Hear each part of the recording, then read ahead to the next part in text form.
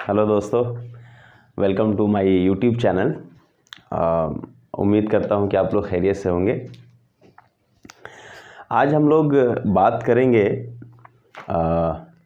जो एक नया चैप्टर है, नए चैप्टर के बारे में। वो है एनसीईआरटी का जो पार्ट 2 है, पार्ट 2 का फर्स्ट चैप्टर जो ऑप्टिक्स से रिलेटेड है, जो कि रे ऑप्टिक्स है। तो रे ऑप्टिक्स के बारे में हम बात करेंगे। ये होगा आपका कि जो चैप्टर नंबर 9 होगा, उसका जो नंबर है चैप्टर 9। और उसमें जो टॉपिक्स हम लोग डिस्कस करने वाले हैं वो यहाँ पे ऑलरेडी मैंने मेंशन कर दिया है। वो है रिफ्लेक्शन के बारे में बात करेंगे हम।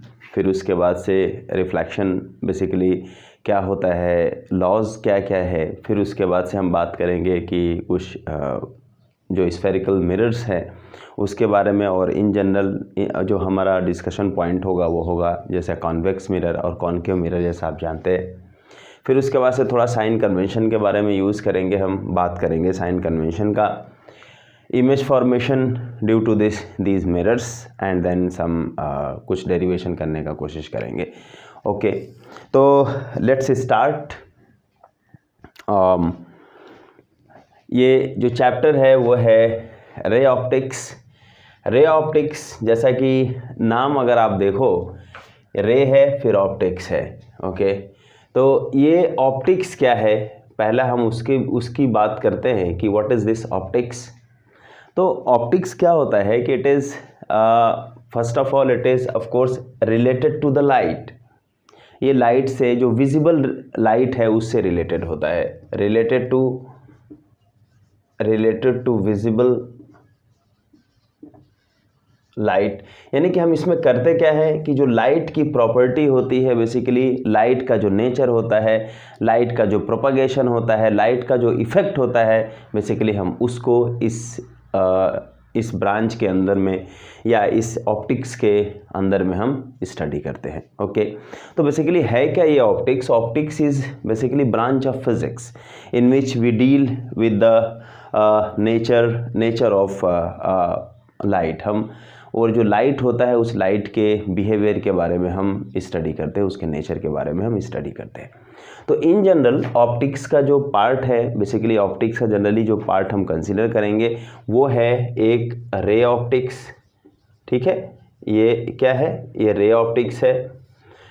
और ऑफ कोर्स दूसरा वाला जो है आपको पता है कि ये वेव ऑप्टिक्स है। तो पहला जो रे ऑप्टिक्स है उसमें हम क्या करेंगे कि जो आपका विजिबल लाइट है उसको हम किस में कंसिडर करेंगे, उसको हम एक रे के फॉर्म में कंसिडर करेंगे। ठीक है, path of the light is basically रे। जो पाथ ऑफ द लाइट होता है जनरली उसी को हम रे बोलते हैं। पाथ ऑफ जो लाइट है उसी को हम रे बोलते हैं। ठीक है, तो इसमें क्या क्या चीज़ें आएंगी, जैसे कि आपका इसका रेक्टिलिनियर प्रोपगेशन ऑफ लाइट। फिर उसके बाद से इसमें आप पढ़ सकते हैं कि जो रिफ्लेक्शन और रिफ्रैक्शन फिनोमेना होता है वो चीज़ हम बात करेंगे। उसके बाद से और भी ये ray optics is basically related किससे है, ये आपका रिलेटेड है जो लाइट का जो पार्टिकल नेचर होता है उससे रिलेटेड होता है। ओके, तो हम इसके बारे में बात करेंगे। ये उसके अंदर में आता है रे ऑप्टिक्स। फिर उसके बाद से दूसरा आता है कि जो हमारा वेव ऑप्टिक्स है। तो वेव ऑप्टिक्स क्या चीज़ होती है। वेव ऑप्टिक्स में हम क्या करते हैं, रे ऑप्टिक्स का एक और चीज़ हम करते हैं कि जो इमेज फॉर्मेशन होता है, इमेज फॉर्मेशन में हम बात करते हैं कि various image formation due to the mirrors. ठीक है, फिर उसके बाद से आता है आपका वेव ऑप्टिक्स। वेव ऑप्टिक्स में हम क्या करते हैं कि जो लाइट को हम कंसिडर करते हैं कि लाइट इज़ ए वेव। ये सबसे पहले एक्चुअली दिया था मैक्सवेल ने बोला था कि लाइट जो होता है वो इलेक्ट्रोमैग्नेटिक स्पेक्ट्रम का ही पार्ट है, इलेक्ट्रोमैग्नेटिक वेव है। ओके, तो जस्ट ये हम वहाँ पे लिख देते हैं कि वेव ऑप्टिक्स में हम क्या कंसिडर करते हैं कि लाइट जो है, light is a electromagnetic radiation. Light जो होता है वो क्या होता है, एक इलेक्ट्रोमैग्नेटिक रेडिएशन होता है, मैक्सवेल ने प्रपोज किया। अब बात ये होती है कि इलेक्ट्रोमैग्नेटिक रेडिएशन है, जैसा कि आपको पता होगा कि एक इलेक्ट्रोमैग्नेटिक स्पेक्ट्रम के बारे में, कि ये इलेक्ट्रोमैग्नेटिक स्पेक्ट्रम क्या है कि जो सन से जो लाइट आती है आपकी, उसमें डिफरेंट फ्रीक्वेंसीज़ की आपके पास वेव्स होता है, डिफरेंट फ्रीक्वेंसीज़ का। जैसे अगर हम बात करें कि यहाँ पे कि फ्रीक्वेंसी के इंक्रीजिंग ऑर्डर में हम लिखें, increasing order of frequency, increasing order of frequency, just थोड़ा सा उसका ब्रीफ इंट्रोडक्शन मैं दे रहा हूँ। इसका फ्रीक्वेंसी हम लिखें इंक्रीजिंग ऑर्डर ऑफ फ्रीक्वेंसी में, तो यहाँ पे मतलब सबसे छोटा फ्रीक्वेंसी आपको लिखना पड़ेगा और यहाँ पे सबसे बड़ा। तो सबसे बड़ा वाला जो फ्रीक्वेंसी आता है इस रीजन में, उसको हम बोलते हैं it is A gamma ray, right. फिर उससे छोटा जो फ्रीक्वेंसी का रेंज होता है उसको हम क्या बोलते हैं, it is A X ray, ठीक है। फिर उसके बाद से यहाँ पे अभी मैं बताऊँगा यहाँ पे क्या है और यहाँ पे क्या है। बीच में एक बहुत ही छोटा सा नैरो सा रीजन होता है जिसको हम बोलते हैं it is A visible region. इसको हम क्या बोलते हैं, विजिबल रीजन बोलते हैं इसको। विजिबल रीजन का जो ऑर्डर होता है, इनफैक्ट इसको मैं जस्ट वेवलेंथ के टर्म्स में मैं लिख देता हूँ कि ये 400 नैनोमीटर से लेकर के 750 नैनोमीटर तक होता है, या आप इसको लिख सकते हैं 4000 एंगस्ट्रॉम। ये वेवलेंथ मैं लिख रहा हूँ, एक्चुअली वेवलेंथ का ऑर्डर लिख रहा हूँ। 4000 एंगस्ट्रॉम से 7500 एंगस्ट्रॉम तक ये आपका होता है, ये वेवलेंथ है, वेवलेंथ रेंज है। ऑफ कोर्स वेवलेंथ से आप इसकी फ्रीक्वेंसी को आप कैलकुलेट कर सकते हैं, new is equal to c/λ। तो ये जो है जस्ट ये जो रीजन होता है इलेक्ट्रोमैग्नेटिक स्पेक्ट्रम में, ये आपका कौन सा है, ये विजिबल रीजन। फिर यहाँ पे कुछ होता है, अभी मैं बताऊँगा यहाँ पे क्या है। फिर उसके बाद से आता है आपका वो माइक्रोवेव है, फिर उसके बाद से रेडियो वेव है, माइक्रोवेव, फिर उसके बाद से यहाँ पे रेडियो वेव जिसकी फ्रीक्वेंसी सबसे कम है, ठीक है। तो ये जनरली ये इस टाइप का हमारा रहता है। लेकिन जस्ट हम इस पार्ट को थोड़ा जूम करें, मतलब जस्ट जूम इन टाइप का कर दें अगर, तो इस पार्ट को अगर हम जूम करेंगे यहाँ पे, तो जैसे मान लेते हैं कि यहाँ पे इसको हमने जूम कर दिया, तो इसका ये वाला जो सिरा होगा, एक जो एक्सट्रीम पॉइंट होगा, आपको पता है कि जो विजिबल रेज है वो कितने लाइट से मिलके बना हुआ है, 7 कलर से। जैसे कि अगर हम बात करें कि जो ये एक्सट्रीम पॉइंट होता है वो होता है वायलेट कलर, और फिर उसके बाद से जो नेक्स्ट एक्सट्रीम पॉइंट होता है वो क्या होता है, रेड। तो ऑफ कोर्स बाकी सारा का सारा जो कलर होता है उसके अंदर आपको पता होगा कि इसका ये विबग्योर जो होता है उसमें वायलेट, फिर उसके बाद से आपका रेड, बाकी जो colour Indigo, blue, green, yellow and orange, ये सभी इसके अंदर में रहते हैं। अच्छा, अब ये वाले रीजन में कौन से जो फ्रीक्वेंसी या कौन से वेवलेंथ की लाइट आती है या इलेक्ट्रोमैग्नेटिक रेडिएशन आता है, उसको हम बोलते हैं इट इज़ ए, चूँकि ये रेड कलर के बाद है, इसको हम बोलते हैं कि इंफ्रारेड। इसको कौन सा रीजन है, इंफ्रारेड रीजन है। और ये चूँकि वायलेट है, इस वाला ये वाला जो एक्सट्रीम है वायलेट है, उसको हम क्या बोलते हैं, it is a ultraviolet. ओके, ये जस्ट एक इंट्रोडक्शन मैं दे रहा हूँ। तो ये अल्ट्रा वायलेट हो गया, यानी क्या हो गया कि ये आपका अगर इंक्रीजिंग ऑर्डर ऑफ फ्रीक्वेंसी है, इसका मतलब इधर से जब जाएंगे, इधर से आप जाएंगे तो क्या होगा, इंक्रीजिंग ऑर्डर ऑफ वेवलेंथ होगा। ओके, यहाँ से अगर हम जाएंगे इंक्रीजिंग ऑर्डर ऑफ क्या होगा, वेवलेंथ, यानी कि इंक्रीजिंग ऑर्डर ऑफ फ्रीक्वेंसी, या तो आप इसी ऑर्डर में अगर रहेंगे तो डिक्रीजिंग ऑर्डर ऑफ वेवलेंथ होगा, ठीक है। क्योंकि फ्रीक्वेंसी और वेवलेंथ का जो रिलेशन होता है वो एक दूसरे के इन्वर्सली प्रोपोर्शनल होता है। फ्रीक्वेंसी बढ़ेगा, वेवलेंथ हमारा कम होगा, ठीक है। तो ये हमारा कुछ रहा कि थोड़ा सा मैंने ब्रीफली इंट्रोड्यूस किया लाइट के बारे में। अब हम लोग जो हमारा टॉपिक है उस पर हम बात करेंगे, और वो हमारा टॉपिक क्या है, फर्स्ट टॉपिक है हमारा रिफ्लेक्शन। तो इसको मैं मिटा देता हूँ, ऑलरेडी मैंने वो रे ऑप्टिक्स वहाँ लिखा है। तो हम बात करेंगे कि जो हमारा रिफ्लेक्शन है उसके बारे में, ठीक है। So now let's talk about that. चलिए, तो रिफ्लेक्शन क्या है भाई,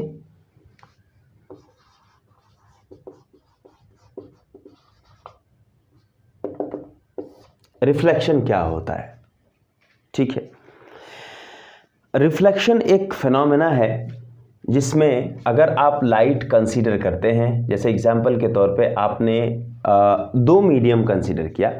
यहाँ पे एक्चुअली हम मीडियम कंसीडर कर रहे हैं, जैसे एक मीडियम हमने एयर कंसिडर किया और दूसरा मीडियम एक्चुअली आपने कंसिडर किया कि ये जो है आपका ग्लास है, और ये क्या है कि एक जस्ट मिरर है, मतलब ये पहला वाला मीडियम एयर, दूसरा वाला ये वाला जो है वो ग्लास है, और ये एक रिफ्लेक्टिंग मतलब जो है पॉलिश की गई है कि लाइट जो है, मतलब जो फिनोमेना है उसके बारे में मैं बात कर रहा हूँ। फिर होता क्या है कि लाइट एक मीडियम से आती है, मीडियम इन द सेंस जैसे एयर के अंदर से, मान लीजिए कि यहाँ से लाइट आ रही है, फिर उसके बाद से आपके पास ये सरफेस है, फिर क्या होगा, इस सरफेस के यानी कि दूसरे मीडियम के सरफेस से टकरा के अगर वापस लाइट उसी मीडियम में लौट जाती है तो इस फिनोमेना को हम क्या बोलते हैं, इट इज़ ए रिफ्लेक्शन। ठीक है, जैसे एग्जाम्पल के तौर पे इसी को ही आप ले लो, बोर्ड को ही आप ले लो, लाइट यहाँ से आ रही है, इससे टकरा करके इधर कहीं जा रही है, उसको हम बोलेंगे इट इज़ ए रिफ्लेक्शन। ठीक है, और उसका अगर हम एग्जाम्पल दे दें तो मेरे पास ये एक सिंपल ग्लास का जो है हमारा एक मिरर है। अब आप इसको देख सकते हैं कि वहाँ से बल्ब से लाइट आ रही है, और मैं देखिए ये मेरे ख्याल से कैमरे में पड़ रहा होगा ये लाइट उसका। सो this is a phenomena of the reflection, light इस पे आ रही है और यहाँ से रिफ्लेक्ट होके आपके पास जा रही है। ओके, सो यहाँ से हम अब ये जो ग्लास वाला हमने कंसिडर किया, ये फर्स्ट मीडियम, ये सेकेंड मीडियम है। ठीक है ना, ये वाला जो हमारा होगा वो होगा हमारा सेकेंड मीडियम। ठीक है, ये हमारा क्या है, फर्स्ट मीडियम है। ओके, अब इसमें थोड़ा सा टर्म्स होता है कुछ, इसको आप क्या बोलेंगे, इस चीज़ को क्या बोलेंगे, मतलब ये क्या हो रही है, लाइट आ रही है, मतलब this is known as the incident ray. ठीक है, इसको हम क्या बोलते हैं, इंसिडेंट रे हम बोलते हैं, और इसको हम क्या बोलते हैं, it is A reflected ray. ठीक है, इसको हम क्या बोलेंगे, it is A reflected ray. फिर उसके बाद से आता है इस पॉइंट को हम क्या बोलते हैं, जहाँ पे जो सेकेंड जो हमारा मीडियम का जो पॉइंट है सेकेंड, मतलब इसको हम क्या बोलेंगे, इट इज़ ए इंटरफेस। ये क्या है, इंटरफेस है। इंटरफेस इन द सेंस ये ऊपर वाला जो पार्ट है हमारा इंटरफेस है, मतलब दो मीडियम को अलग कर रहा है ये, और इंटरफेस पे लाइट यहाँ पे इंसिडेंट हुई, फिर उसके बाद से यहाँ से रिफ्लेक्ट होकर के दूसरे मीडियम में, सॉरी मतलब पहले ही मीडियम में चला गया। इस पॉइंट को हम क्या बोलते हैं, this is A point of incidence. क्या बोलते हैं, पॉइंट ऑफ इंसिडेंस बोला जाता है इसको। ठीक है, अब एक चीज़ आता है, एक और टर्म है इसमें, नॉर्मल। नॉर्मल क्या चीज़ होता है, नॉर्मल होता है कि सरफेस के परपेंडिकुलर एक लाइन आप ड्रॉ करें। जैसे एग्जांपल के तौर पे ये हमारे पास सरफेस है, इस सरफेस के परपेंडिकुलर ये जितने भी लाइन होंगे इसको आप नॉर्मल बोलोगे, ये ठीक है। लेकिन इन कन्वेंशन क्या होता है कि जब हम ऑफ कोर्स ये एक लाइन हम यहाँ पे ऐसा ड्रॉ कर दें, ये सभी नॉर्मल होगा, लेकिन एक जो पॉइंट ऑफ इंसिडेंस पे से जो एक यानी कि एक नॉर्मल लाइन जो कि पॉइंट ऑफ इंसिडेंस से होकर के जाए, उसको इन जनरल हम जो कन्वेंशन है उसको ही हम नॉर्मल बोलते हैं। ठीक है, और तो अब हम एक इसमें कुछ टर्म्स और डिफाइन करेंगे, जैसे कि एंगल ऑफ इंसिडेंस क्या होता है। ठीक है, what is angle of incidence. तो एंगल ऑफ इंसिडेंस को डिफाइन करने से पहले, एंगल ऑफ इंसिडेंस क्या है भाई, तो एंगल ऑफ इंसिडेंस क्या होता है कि ये आपका जो इंसिडेंट रे है और जो नॉर्मल है, कौन सा, ये इंसिडेंट रे है और ये नॉर्मल है। ठीक है, तो इंसिडेंट रे और नॉर्मल के बीच का जो एंगल होता है उसी को हम बोलते हैं it is A incident angle. उसको हम रिप्रेजेंट करते हैं आई से, आई फॉर इंसिडेंट एंगल के लिए उसको हम बात करते हैं। So this is the incident angle, that means this angle is i. Then angle of reflection क्या है, तो यहाँ पे हम बात करेंगे एंगल ऑफ रिफ्लेक्शन की। तो एंगल ऑफ रिफ्लेक्शन क्या चीज़ होता है भाई, नॉर्मल और रिफ्लेक्टेड रे के बीच का एंगल, एंगल बिटवीन क्या है ये, angle between normal and reflected रे। ठीक है, ये समझ में आ रहा होगा, और इसको हम आर से रिप्रेजेंट करते हैं, एंगल बिटवीन नॉर्मल और reflected ray that is r. ये हमारा हो गया। ठीक है, इसमें कोई समस्या नहीं। अच्छा, अब लॉस पे बात करते हैं। रिफ्लेक्शन की फिनोमेना हो गई, रिफ्लेक्शन के कुछ नियम कानून होते हैं, और वो कौन सा नियम कानून है उसके बारे में बात कर लेते हैं। तो इसको हम बोलते हैं laws of reflection. Laws of reflection. तो पहला जो लॉ है वो क्या है, अभी मैंने सब इसीलिए सारे टर्म्स को एक्चुअली डिफाइन किया हुआ है already. Incident ray, normal, reflected ray, फिर उसके बाद से एंगल ऑफ इंसिडेंस, फिर उसके बाद से एंगल ऑफ रिफ्लैक्शन। अब इसमें पहला वाला जो लॉ है वो क्या है, जो इंसिडेंट रे है, इंसिडेंट रे, नॉर्मल एंड जो हमारा रिफ्लेक्टेड रे है लाई इन सेम प्लेन। ठीक है, ये काफ़ी इंटरेस्टिंग है। इंसिडेंट रे, नॉर्मल और रिफ्लेक्टेड रे एक ही प्लेन में होता है, ये पहला लॉ है रिफ्लेक्शन का। ठीक है, दूसरा वाला लॉ क्या है, अभी इस पे हम बात करेंगे थोड़ा, जस्ट मैं लॉ लिख लूँ। सेकेंड लॉ क्या होता है कि जो एंगल ऑफ रिफ्लेक्शन है, सेकेंड लॉ ऑफ रिफ्लेक्शन बोल रहा हूँ, एंगल ऑफ रिफ्लेक्शन है या एंगल ऑफ इंसिडेंस है, angle of incidence must be equal to angle of reflection, या angle of reflection must be equal to angle of incidence. तो angle of incidence जो होगा वो एंगल ऑफ रिफ्लेक्शन के बराबर होगा। So this is the second law. ठीक है, ये मेरे ख्याल से समझ में आ गया होगा।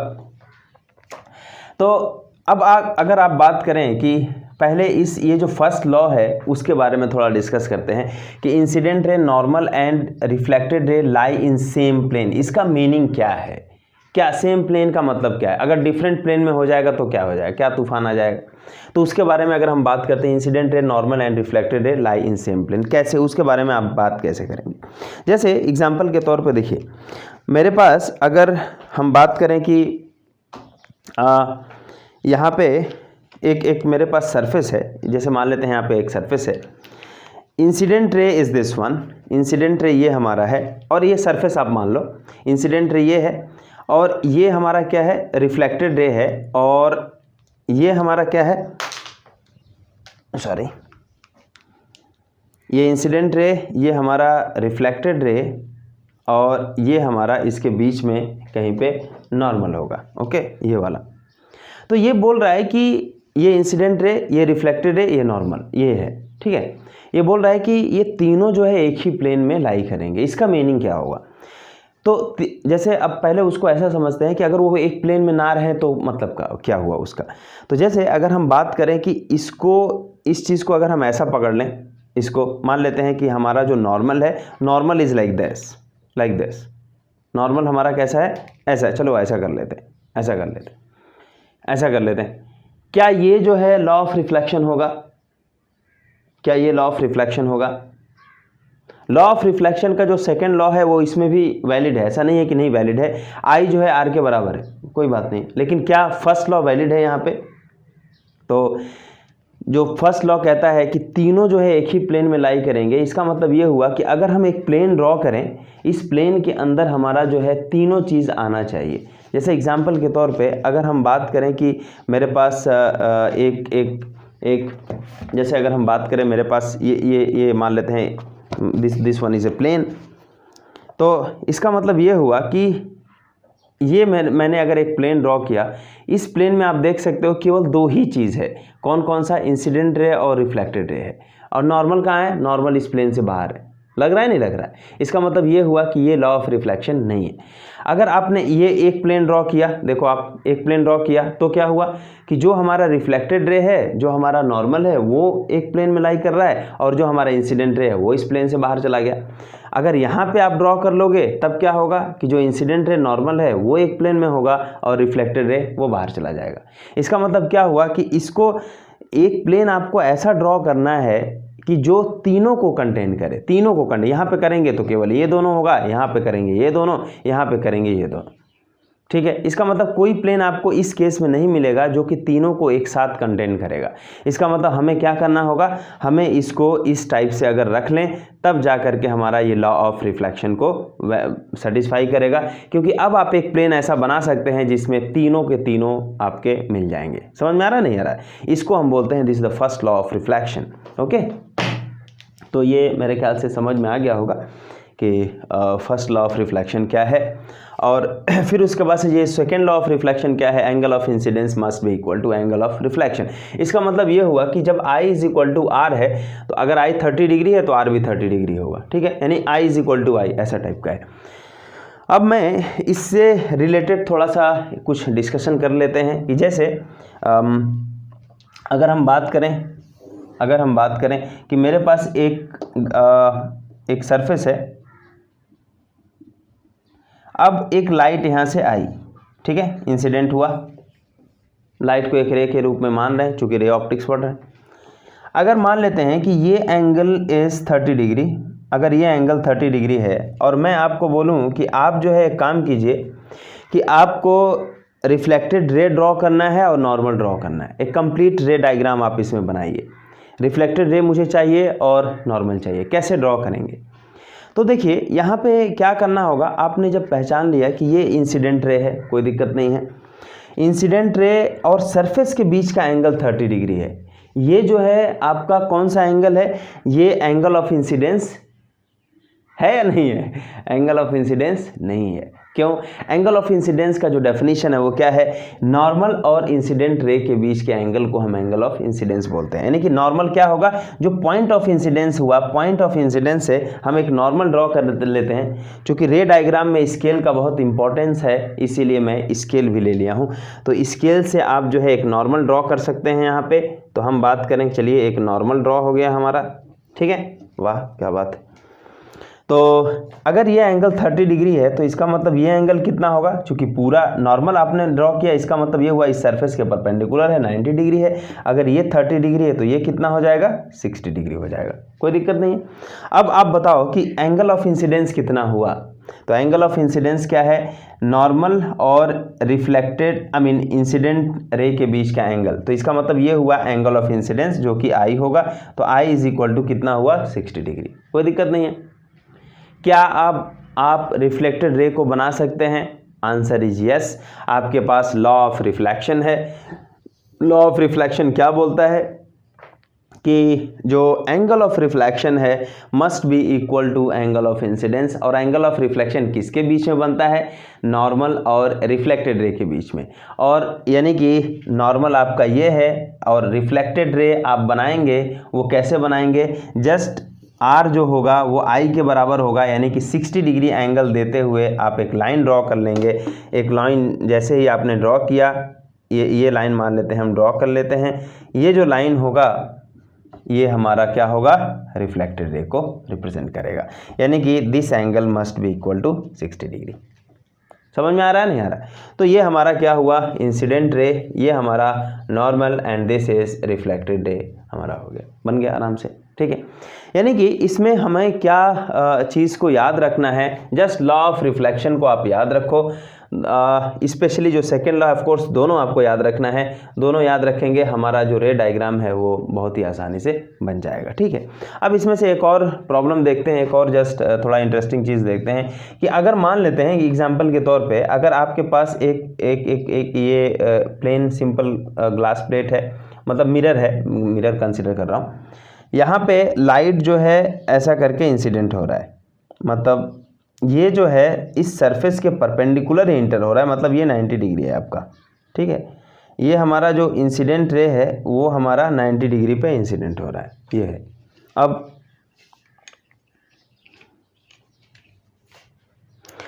रिफ्लेक्टेड रे किधर जाएगा?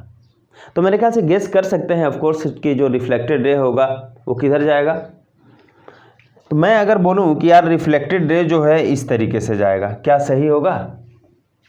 क्या सही होगा ये चीज़? मेरे ख्याल से बहुत सारे लोग समझ गए होंगे कि ये चीज़ सही नहीं है। क्यों? तो यहाँ पे भी जस्ट लॉ ऑफ रिफ्लेक्शन को फॉलो करना है। क्या होता है? Angle of incidence must be equal to angle of reflection. तो यहाँ पे आप जस्ट एंगल ऑफ इंसिडेंस बताओ। तो पहले उस पॉइंट पे हमें नॉर्मल ड्रॉ करना होगा। तो ये जो पॉइंट ऑफ इंसिडेंस है ये वाला, इस पे जब हम नॉर्मल ड्रॉ करेंगे, ये नॉर्मल क्या होगा? ये नॉर्मल यही होगा या नहीं होगा? बेसिकली सेम ही नॉर्मल होगा, मतलब यही जो पॉइंट होगा वही नॉर्मल होगा, यही नॉर्मल होगा हमारा। यानी कि नॉर्मल और जो इंसिडेंट रे है मेरा, वो दोनों एक ही लाइन है कि नहीं है? अब दोनों अगर एक ही लाइन हुआ तो इसके बीच का जो एंगल होगा वो कितना होगा? 0 डिग्री। यानी कि नॉर्मल और इंसिडेंट रे के बीच का एंगल अगर 0 है तो लॉ ऑफ रिफ्लेक्शन क्या बोलता है, r must be equal to 0, और आर 0 होने का मतलब रिफ्लेक्टेड रे और नॉर्मल के बीच का एंगल 0 हो गया।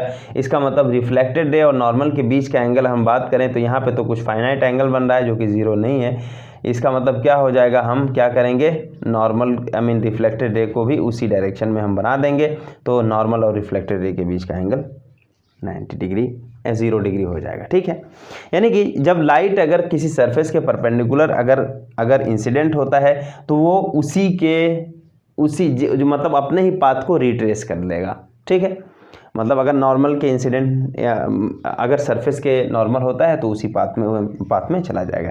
अब जैसे अगर फिर उसके बाद से थोड़ा एक और एग्जांपल लेते हैं। एग्जांपल के तौर पे अगर हम बात करें कि कोई एक सरफेस हमारा ऐसा है और यहाँ पे सेंटर है इसका और यहाँ पे लाइट इंसिडेंट हो रही है। अब ये किधर जाएगा, मान लेते हैं ऐसा कुछ टाइप का है, मतलब मिरर टाइप का, यहाँ पे इंसिडेंट हो, अब ये किधर जाएगा। तो जस्ट आपको ये देखना है कि ये जो है क्या, अगर हम इस सरफेस पे एक नॉर्मल ड्रॉ करेंगे, ये नॉर्मल कहाँ से होके जाएगा, चूँकि ये एक सर्कल टाइप का दिख रहा है तो ये जो नॉर्मल होगा इसका जो रेडियस होगा बेसिकली वही नॉर्मल होता है। रेडियस हमेशा सर्कल पे नॉर्मल ही होता है। समझ में आ रहा नहीं आ रहा है, ये जो रेडियस होगा हमेशा सर्कल पे नॉर्मल होगा, क्योंकि जो भी पॉइंट आप सर्कमफ्रेंस पे लेंगे वहाँ से एक टेंजेंट लाइन ड्रॉ करेंगे, वो टेंजेंट लाइन और ये जो आपका रेडियस होगा उसके बीच का एंगल जो होगा वो 90 डिग्री होगा। ठीक है, तो ये जो होगा हमारा रेडियस है, और रेडियस जो है सरफेस के नॉर्मल होता है, और इंसिडेंट रे क्या है, इसी रेडियस के ही लाइन में है। इसका मतलब क्या हुआ, इंसिडेंट रे और नॉर्मल के बीच का एंगल कितना होगा, फिर से 0 डिग्री हो गई। इसका मतलब जो रिफ्लेक्टेड रे होगा वो किधर जाएगा, इसी के डायरेक्शन में फिर से मुड़ जाएगा। ठीक है, तो ये हमारा रहा कि रिफ्लेक्शन के बारे में हमने पढ़ा कि रिफ्लेक्शन क्या होता है। उसके दो नियम होते हैं, incident ray normal and reflected ray lie in same plane. दूसरा, angle of incidence must be equal to angle of reflection. ठीक है, और थोड़ा सा कुछ चीज़ें हमने किया यहाँ पे। अब हम बात करते हैं इससे जो हमारा सेकेंड टॉपिक है वो क्या है, वो है मिरर के बारे में। ठीक है, तो मिरर के बारे में ज़रा बात करें। मिरर के बारे में अगर हम बात करें तो हम जो बात करेंगे, जैसे कि एक तो होता है हमारा जो प्लेन मिरर है, वो प्लेन मिरर, फिर उसके बाद से आता है स्फेरिकल मिरर। ठीक है, हम जो बात करेंगे एक्चुअली स्फेरिकल मिरर के बारे में बात करेंगे। स्फेरिकल मिरर दो टाइप का होता है, एक होता है आपको पता होगा, एक होता है पढ़ा होगा आपने, एक होता है कॉनकेव मिरर और एक होता है कॉन्वेक्स मिरर। तो कॉनकेव और कॉन्वेक्स किसको हम बोलते हैं, ठीक है, तो कॉनकेव और कॉन्वेक्स किसको बोला जाता है। तो हम एक काम करते हैं, जैसे कि ये मेरे पास एक बॉल है, जैसा कि कॉनकेव मिरर को कैसे मतलब जो है हम बात करेंगे कि कॉनकेव मिरर क्या होता है या कॉन्वेक्स मिरर क्या होता है। अच्छा, जस्ट पहले उसको मैं बता देता हूँ कि इसमें प्लेन मिरर में क्या है, एक सिंपल ग्लास प्लेट अगर आपका है, सिंपल ग्लास प्लेट अगर आपके पास है और आपने क्या किया, एक साइड में एक रिफ्लेक्टिंग पॉलिश कर दिया, तो दूसरा वाला साइड एक्चुअली वो रिफ्लेक्टिंग सरफेस हो जाता है। मतलब लाइट यहाँ से आएगी और फिर से उसके बाद से वापस उसी मीडियम में लौट जाएगी। इसको हम बोलते हैं ये सिंपल एक प्लेन मिरर है। जैसा कि ये मैंने एग्जांपल देके बताया था, this is a simple plain mirror, ये आपका एक प्लेन मिरर है। इसका मतलब क्या हुआ कि इसको अगर मैं खोल करके देखूँ तो इसके बैक साइड में एक्चुअली ये रिफ्लेक्टिंग पॉलिश किया गया होगा, जिससे दूसरा वाला जो सरफेस है वो एक रिफ्लेक्टिंग सरफेस हो गया है। ठीक है, तो फिर उसके बाद से बात करें कि जो हमारा स्फेरिकल मिरर है, स्फेरिकल मिरर मतलब क्या, एक स्फेरिकल शेल है और उसी स्फेरिकल शेल से हमने कॉनकेव और कॉन्वेक्स टाइप का कोई मिरर बनाया होगा। वो कैसे बनाया होगा वही चीज़ हम बात करते हैं। कॉनकेव मिरर क्या होता है, तो पहला जो स्फेरिकल मिरर है, स्फेरिकल टाइप का, ऐसा टाइप का, मान लेते हैं कि ये हमारा कोई स्फेरिकल मिरर है या स्फेरिकल सरफेस पहले ले लो आप, ये हमारा स्फेरिकल सरफेस है। ठीक है, स्फेरिकल सरफेस में ये जो उभरा हुआ वाला जो पार्ट होता है उसको हम बोलते हैं it is a convex part. क्या हम बोलते हैं, जो उभरा हुआ वाला पार्ट है, उभरा वाला, ठीक है। और जो अंदर का पार्ट होता है उसको हम क्या बोलते हैं, इट इज़ ए कॉनकेव। ठीक है, तो ये कॉनकेव सरफेस हुआ और ऊपर वाला क्या हुआ, ये जो उभरा वाला पार्ट है वो क्या हुआ, कॉन्वेक्स सरफेस हुआ। ठीक है, तो इसको याद रखना होता है कि ये कॉनकेव सरफेस होगा और ये क्या होगा, कॉन्वेक्स सरफेस। ठीक है, अब इसको आप मिरर कैसे बनाएंगे, तो बेसिकली जब आपके पास एक सिंपल ग्लास प्लेट था उसको मिरर कैसे बनाया था, उसी तरीके से इसको मिरर बना लेना, कोई दिक्कत नहीं है। सिंपल ग्लास जब हमारे पास था, सिंपल ग्लास प्लेट मेरे पास था, तो इस पे हमने एक साइड में अगर रिफ्लेक्टिंग पॉलिश कर दिया तो दूसरा वाला रिफ्लेक्टिंग सरफेस हो गया था या नहीं हो गया था, ऐसे ही हुआ था ना, दूसरा वाला रिफ्लेक्टिंग सरफेस हो गया था, यहाँ से लाइट हो करके रिफ्लेक्ट कर रही है, ठीक है। उसी तरीके से हम यहाँ पे अगर हम बात करें कि सिंपल आपके पास एक कर्व्ड सरफेस है, कर्व्ड इन द सेंस कि हम स्फेरिकल सरफेस की ही बात कर रहे हैं, एक स्फेरिकल कर्व्ड सरफेस अगर आपके पास है, उस स्फेरिकल कर्व्ड सरफेस पे अगर आपने कॉन्वेक्स पार्ट पे रिफ्लेक्टिंग पॉलिश कर दिया, कॉन्वेक्स वाले पे, जिसको इन जनरल एक्चुअली सिल्वर्ड भी बोला जाता है कि कॉन्वेक्स पार्ट को सिल्वर्ड कर दिया आपने, तो इसका मतलब ये हुआ कि कॉन्वेक्स पार्ट को आपने रिफ्लेक्टिंग पॉलिश कर दिया है, ठीक है। तो कॉन्वेक्स पार्ट को अगर रिफ्लेक्टिंग पॉलिश कर देंगे तो हमारा जो दूसरा वाला सरफेस है, कौन सा सरफेस बचेगा हमारे पास, कॉनकेव सरफेस, यानी अंदर वाला सरफेस कॉनकेव सरफेस, और कॉनकेव वाला क्या बन जाएगा, हमारा एक रिफ्लेक्टिंग सरफेस हो जाएगा कॉनकेव, और उसको हम बोलते हैं it is A concave mirror, ठीक है। तो वो क्या बन जाएगा, कॉनकेव मिरर। यानी कि कॉन्वेक्स वाले पार्ट पे अगर आप रिफ्लेक्टिंग पॉलिश करते हैं तो ये क्या मिरर बन जाएगा, कॉनकेव मिरर। सिमिलरली आपने क्या किया कि आपने कॉनकेव वाले पार्ट पे रिफ्लेक्टिंग पॉलिश कर दिया, कॉनकेव वाले पार्ट पे क्या कर दिया, रिफ्लेक्टिंग पॉलिश, तो ये वाला जो सरफेस, उभरा वाला जो सरफेस है उसको आप क्या बोलेंगे, ये कॉन्वेक्स सरफेस है, उसको ये जो मिरर बनेगा वो क्या बनेगा, ये हमारा कॉन्वेक्स मिरर हो जाएगा, ठीक है। ये हमारा क्या होगा, कॉन्वेक्स मिरर। तो मेरे ख्याल से ये समझ में आ गया होगा कि ये कॉन्वेक्स और कॉनकेव का क्या चक्कर है। लेकिन इसको बनाते कैसे हैं, बात यही है, इसको बनाएंगे कैसे। तो हम क्या करते हैं, शुरुआत में एक स्फेरिकल जो ग्लास है, मतलब एक स्फेरिकल ग्लास सरफेस को हम कंसीडर करेंगे, स्फेरिकल जो ग्लास सरफेस है उसको हम कंसीडर करेंगे,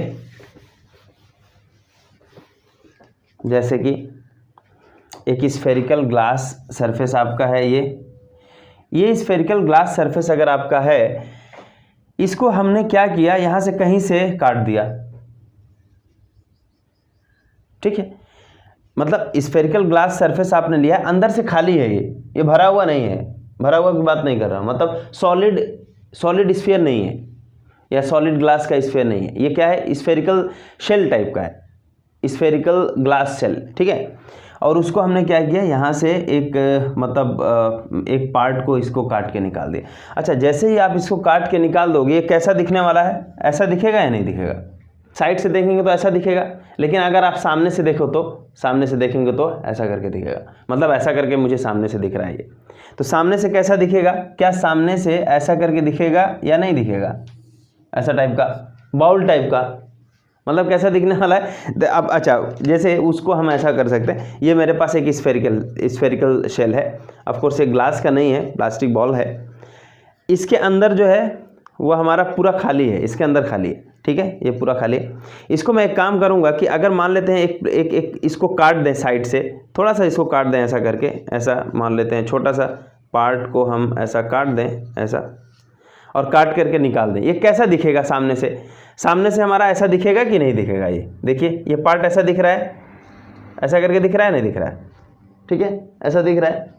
तो लेकिन अगर हम उसको, जैसे ये आपकी एक्चुअली मतलब इसको हम बोलेंगे कि जो हमारा साइड व्यू है, साइड व्यू में हमारा ऐसा दिखेगा, लेकिन अगर हम इसको खोल करके मतलब काट लिया और आपने सामने से करके देख रहे हैं, तो सामने से आपको ऐसा टाइप का दिखेगा कि नहीं, एक सिंपल मतलब एक ऐसा प्लेट टाइप का दिखेगा, ये नहीं दिखेगा, जैसे ये वाला है, देखो आप, मतलब दूसरा मेरे पास है, ये ऐसा दिखने वाला है या नहीं दिखने वाला है। अगर इसको सामने से देखेंगे, मतलब ऐसा सामने से नहीं, मतलब साइड से देखेंगे, तो साइड से ऐसा कर्व टाइप का दिख रहा है, एक्चुअली ये ऐसा नहीं होना चाहिए, ये ऐसा सीधा होना चाहिए था, कर्व टाइप का दिख रहा है कि नहीं दिख रहा है ऐसा। लेकिन अगर इसी को हम सामने से अगर हम देखें तो बेसिकली ऐसा टाइप का दिखेगा, नहीं दिखेगा, ठीक है। इसका मतलब ये हुआ कि ये सरफेस जो होगा उसको हम बोलेंगे it is A concave surface, और ये वाला जो सरफेस होगा उसको क्या बोलेंगे, it is a convex surface. समझ में आ रहा है, नहीं आ रहा? तो अगर अब मिरर कैसे आप बनाओगे, तो अगर हम कॉन्वेक्स वाले पार्ट को पॉलिश कर दिए तो हमारा जो मिरर होगा वो क्या हो जाएगा, कॉनकेव मिरर हो जाएगा। क्योंकि अंदर वाला पार्ट रिफ्लेक्टिंग हो जाएगा, तो इसको, और अंदर वाला पार्ट कौन सा है, कॉनकेव, इसीलिए ये कॉनकेव मिरर हो गया। और जब आप इस कॉनकेव वाले पार्ट को पॉलिश कर देंगे तब क्या होगा, ये जो सरफेस होगा, वो जो रिफ्लेक्टिंग सरफेस होगा वो कौन सा हुआ, जो हमारा कॉन्वेक्स वाला हुआ। फिर उसके बाद से हम उसको बोलेंगे it is a convex mirror. तो मेरे ख्याल से कॉन्वेक्स और कॉनकेव का जो फंडा है वो समझ में आ गया होगा। अब इसके बारे में हम बात करते हैं कि कुछ इसमें इसी के अंदर कुछ टर्म्स हैं जिसको डिफाइन करना ज़रूरी है। वो कौन कौन से टर्म्स हैं उसके बारे में हम बात कर लेते हैं। जस्ट मैं उसके बारे में यहाँ लिखता हूँ कि जैसे कि पोल क्या होता है, ये बात करते हैं हम कि सेंटर ऑफ कर्वेचर क्या है, सेंटर ऑफ कर्वेचर क्या है, फिर उसके बाद से रेडियस ऑफ कर्वेचर क्या है, रेडियस ऑफ कर्वेचर क्या है, फिर उसके बाद से आता है प्रिंसिपल एक्सिस क्या है, फिर उसके बाद से आता है फोकस क्या है, फिर उसके बाद से आता है फोकल प्लेन क्या है। ठीक है, तो ये सारे की सारी चीज़ों को हम डिफ़ाइन करेंगे। अभी जस्ट एक एग्जांपल लेकर के हम इस चीज़ को हम डिफ़ाइन करेंगे। ठीक है, तो पहले तो जैसे अगर हम बात करें मिरर, पहले हम बना लेते हैं। ओके, तो मिरर जो था हमारा कैसा था, हमारा मिरर ऐसा था, मान लेते हैं ये हमारा मिरर है। और चलिए कॉनकेव बना लेते हैं, ये हमारा एक कॉनकेव मिरर है। ठीक है, कॉनकेव है कॉन्वेक्स है, कॉनकेव मिरर बना लिया। अच्छा, अब उसके बाद से क्या करेंगे, तो इसका ये जो सेंटर पॉइंट होगा, एक्चुअली इसी को हम पोल बोलते हैं। अच्छा, उसको कैसे, मतलब हाँ, यहाँ से हम समझे centre point in the sense कि आपने जब साइड व्यू देखा तो साइड व्यू में एक्चुअली ये यहाँ पे आएगा बीच में, इधर कहीं, मतलब उसी को हम बोल रहे हैं कि ये पोल है। तो हुआ क्या कि अगर हम सामने से देखेंगे तो बेसिकली कौन सा होगा, ये वाला पोल होगा। ये पॉइंट क्या होगा, ये पॉइंट पोल हो जाएगा नहीं हो जाएगा। तो अगर सामने से देखेंगे तो ये जो है हमारा, ठीक है, ये हमारा क्या है, पोल है। इसको आप लिख सकते हैं कि ये जो है पोल है। ठीक है, ये पोल आ गया। अच्छा, फिर उसके बाद से आता है कि what is centre of curvature. Pole समझ में आ गया होगा। जैसे एग्जांपल के तौर पे ऐसा भी समझ सकते हैं कि यार इसके इस बाउल टाइप का था मेरा, ये हमारा कुछ ऐसा बाउल टाइप का था, और इसमें अगर हम पानी थोड़ा सा छोड़ दें यहाँ पे, तो पानी जहाँ पे कलेक्ट होगा जिस पॉइंट पे, एक्चुअली वही पोल है। ठीक है ना, वही पोल हो जाएगा। अच्छा, फिर बात आता है कि सेंटर ऑफ कर्वेचर आप किसको बोलेंगे। तो what is centre of curvature, तो उसके लिए हम ऐसा डिफाइन करते हैं कि ये जो आपका स्फेरिकल मिरर है जो आपने कंसीडर किया है, ये स्फेरिकल मिरर किसी एक स्फेरिकल शेल का ही तो पार्ट होगा ना, जो आप बना रहे थे। जैसे एग्जांपल के तौर पे ये बॉल था, इसको आपने, इस मिरर को जो बनाया होगा वो इसको काट के ही तो बनाया होगा ना। तो इसका मतलब क्या हुआ कि ये पहले शुरुआत में एक स्फेरिकल शेल का ही पार्ट रहा था, स्फेरिकल शेल का पार्ट था। इसका मतलब जो स्फेरिकल शेल है, उस स्फेरिकल शेल अगर हम बना दें, इस स्फेरिकल शेल का कहीं ना कहीं सेंटर भी होगा कि नहीं होगा। अरे ये सेंटर इससे बाहर तो नहीं होगा ना, इसी के अंदर होगा। ठीक है, ये सेंटर हुआ। इसी सेंटर को, यानी कि जो बड़ा वाला स्फेरिकल शेल है, यानी कि जो पेरेंट स्फेरिकल शेल है, जो पेरेंट हमारा स्फेरिकल शेल होगा, उसी शेल के सेंटर को हम इस मिरर का क्या बोलते हैं, सेंटर ऑफ कर्वेचर बोलते हैं। समझ में आ रहा नहीं आ रहा, सेंटर ऑफ कर्वेचर हम बोलते हैं। यानी कि इसको हम सी से रिप्रेजेंट करते हैं, तो सी को हम क्या बोलेंगे, सी जो है हमारा क्या है, सेंटर ऑफ कर्वेचर। ठीक है, सेंटर ऑफ कर्वेचर सी को हम बोलते हैं। पी क्या है भाई, पी जो है वो क्या है, पोल ऑफ द मिरर, पोल हम बोलते हैं। समझ में आ गया होगा। बड़ा वाला जो स्फेरिकल शेल है उसका सेंटर, उसके सेंटर को स्फेरिकल मिरर का, ये जो हमने मिरर कंसीडर किया है, उस मिरर का सेंटर ऑफ कर्वेचर बोलेंगे। ठीक है।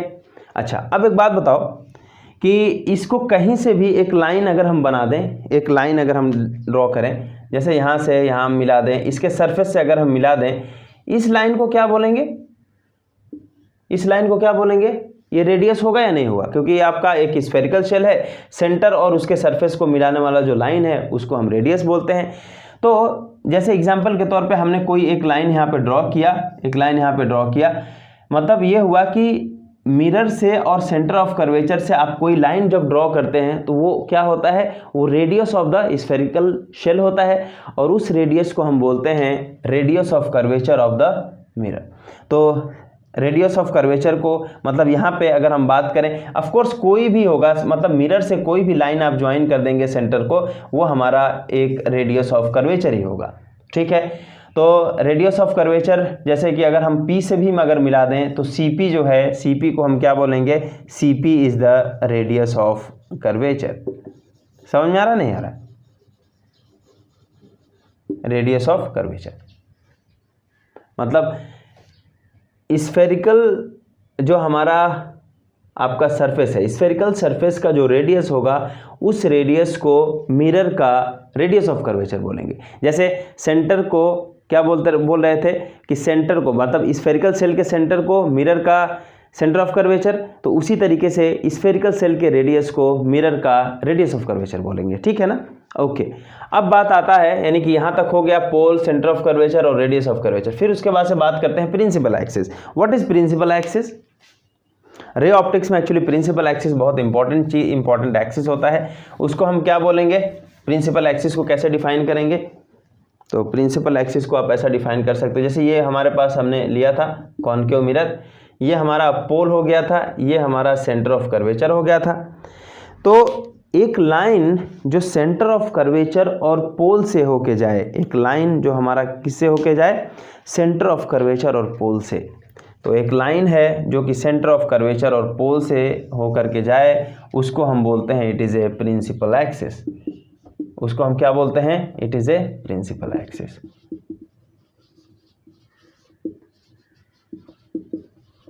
ये बोल दो आप उसको। तो इसका मतलब देखो, यहां से ऐसा भी होगा, सेंटर ऑफ कर्वेचर से इनफाइनाइट लाइन पास करेगी, एक पॉइंट से तो बहुत सारी लाइंस पास करती है इनफाइनाइट, पोल से भी बहुत सारे लाइन पास करेंगे, लेकिन केवल एक ही लाइन ऐसा होगा जो कि आपका सेंटर ऑफ कर्वेचर और पोल से होकर के पास करेगा। होगा नहीं होगा, या बहुत सारा लाइन होगा, एक ही लाइन, ठीक है। सेंटर ऑफ कर्वेचर और पोल से होकर के जो लाइन पास करेगा वो हमारा क्या होगा, प्रिंसिपल एक्सिस। अब बात करते हैं फोकस की। So what is focus? तो फोकस को समझने के लिए अब हम रे में जाएंगे कि अगर आपने कोई एक रे कंसीडर किया, जैसे यहाँ पे, और प्रिंसिपल एक्सिस के पैरेलल, इस एक्सिस के पैरेलल आपने कोई रे कंसीडर किया, वो रे आफ्टर रिफ्लेक्शन, चूंकि हम यहाँ पे क्या ले रहे हैं, हम यहाँ पे कॉनकेव मिरर ले रहे हैं, तो कॉनकेव मिरर लेने से क्या होगा, आफ्टर रिफ्लेक्शन जिस पॉइंट पे कट करे प्रिंसिपल एक्सिस को, उस पॉइंट को हम बोलते हैं इट इज़ ए फोकस। ये डेफिनेशन आपको याद रखना है, इमेज फॉर्मेशन में बहुत ज़्यादा काम में आने वाला है। तो यानी कि ये जो हमारा कौन सा रे है, पैरेलल टू प्रिंसिपल एक्सिस, यानी कि ये पैरेलल टू प्रिंसिपल एक्सिस, ये रे हम कंसीडर करेंगे, और ये रे आफ्टर रिफ्लेक्शन जिस पॉइंट से होकर के जाएगा उसको हम क्या बोलेंगे, इट इज़ ए फोकस। तो इसको याद रखना है। Then what is focal plane? तो हमें ये समझ में आ गया, जस्ट इसको मैं मिटा देता हूँ एक चीज़, यानी कि ये मुझे समझ में आ गया कि अच्छा ये वाला फोकस पॉइंट है, ठीक है। फिर उसके बाद से जो प्लेन फोकस से होके पास करे, क्या वो फोकल प्लेन है? होना तो ऐसा ही चाहिए था कि भाई फोकल प्लेन आप बात कर रहे हैं तो फोकस से होके पास करेगा, तो बिल्कुल फोकस से होकर पास करेगा, लेकिन केवल फोकस से होकर के जो पास करने वाला प्लेन्स का जो नंबर होगा वो इनफाइनाइट होगा। एक पॉइंट से इनफाइनाइट प्लेन्स पास हो सकता है या नहीं हो सकता है, लेकिन हम वो फोकल प्लेन किसको बोलेंगे, वो प्लेन जो फोकस से होके पास करे और प्रिंसिपल एक्सिस के परपेंडिकुलर हो, उसको हम बोलते हैं it is a focal plane. यानी कि एक प्लेन जो हमारा फोकस से होकर के पास करे और प्रिंसिपल एक्सिस के परपेंडिकुलर भी हो, उसको हम बोलेंगे it is a focal plane. जैसे एग्जाम्पल के तौर पर अगर हम बात करें, ये हमारा फोकस से होकर पास कर रहा है और ये प्रिंसिपल एक्सिस के परपेंडिकुलर भी है, so this is a focal plane, ठीक है। ये हम ऐसा बोल सकते हैं। अच्छा, अब इसमें ये तो हमारा हो गया कि कॉन्वेक्स और कॉनकेव मिरर का, और फिर उसके बाद से हमने डिस्कस किया थोड़ा सा जो टर्म्स था उसके बारे में। फिर हम बात करेंगे कि साइन कन्वेंशन के बारे में। जैसा इमेज जब हम फॉर्मेशन, अभी हम बात करेंगे जो इमेज फॉर्मेशन का, तो उसमें एक चीज़ आएगा कि ऑब्जेक्ट को हम कहाँ रखें, इमेज को हम कहाँ रखते हैं, ऑब्जेक्ट बनता कैसा है और उसका डिस्टेंस हम कैसे मेजर करते हैं, उसके बारे में ज़रा हम बात कर लेते हैं। ठीक है, तो ये हमारा, इसको ऐसे ही रहने देते हैं, इसको ऐसे ही रहने देते हैं क्योंकि अभी ये काम में आ जाएगा ये हमारा। जैसे अगर हम यहाँ पे बात करें, आपने कार्टेशियन कोऑर्डिनेट सिस्टम पढ़ा होगा। अब हम बात करते हैं साइन कन्वेंशन की। ओके,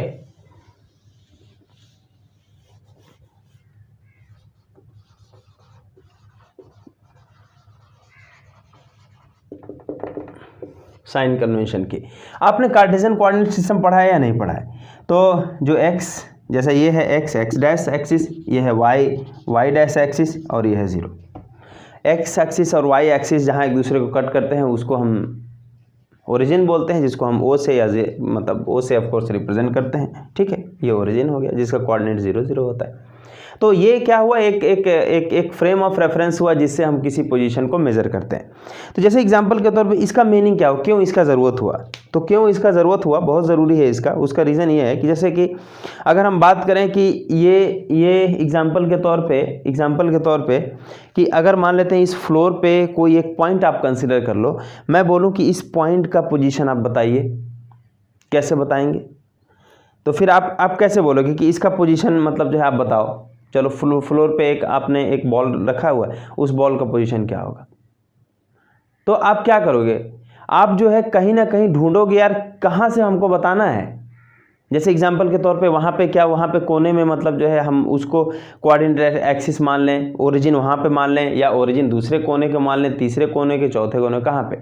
इसका मतलब क्या हुआ, एक कोऑर्डिनेट सिस्टम की ज़रूरत पड़ी आपको इसके पोजीशन को डिफाइन करने के लिए।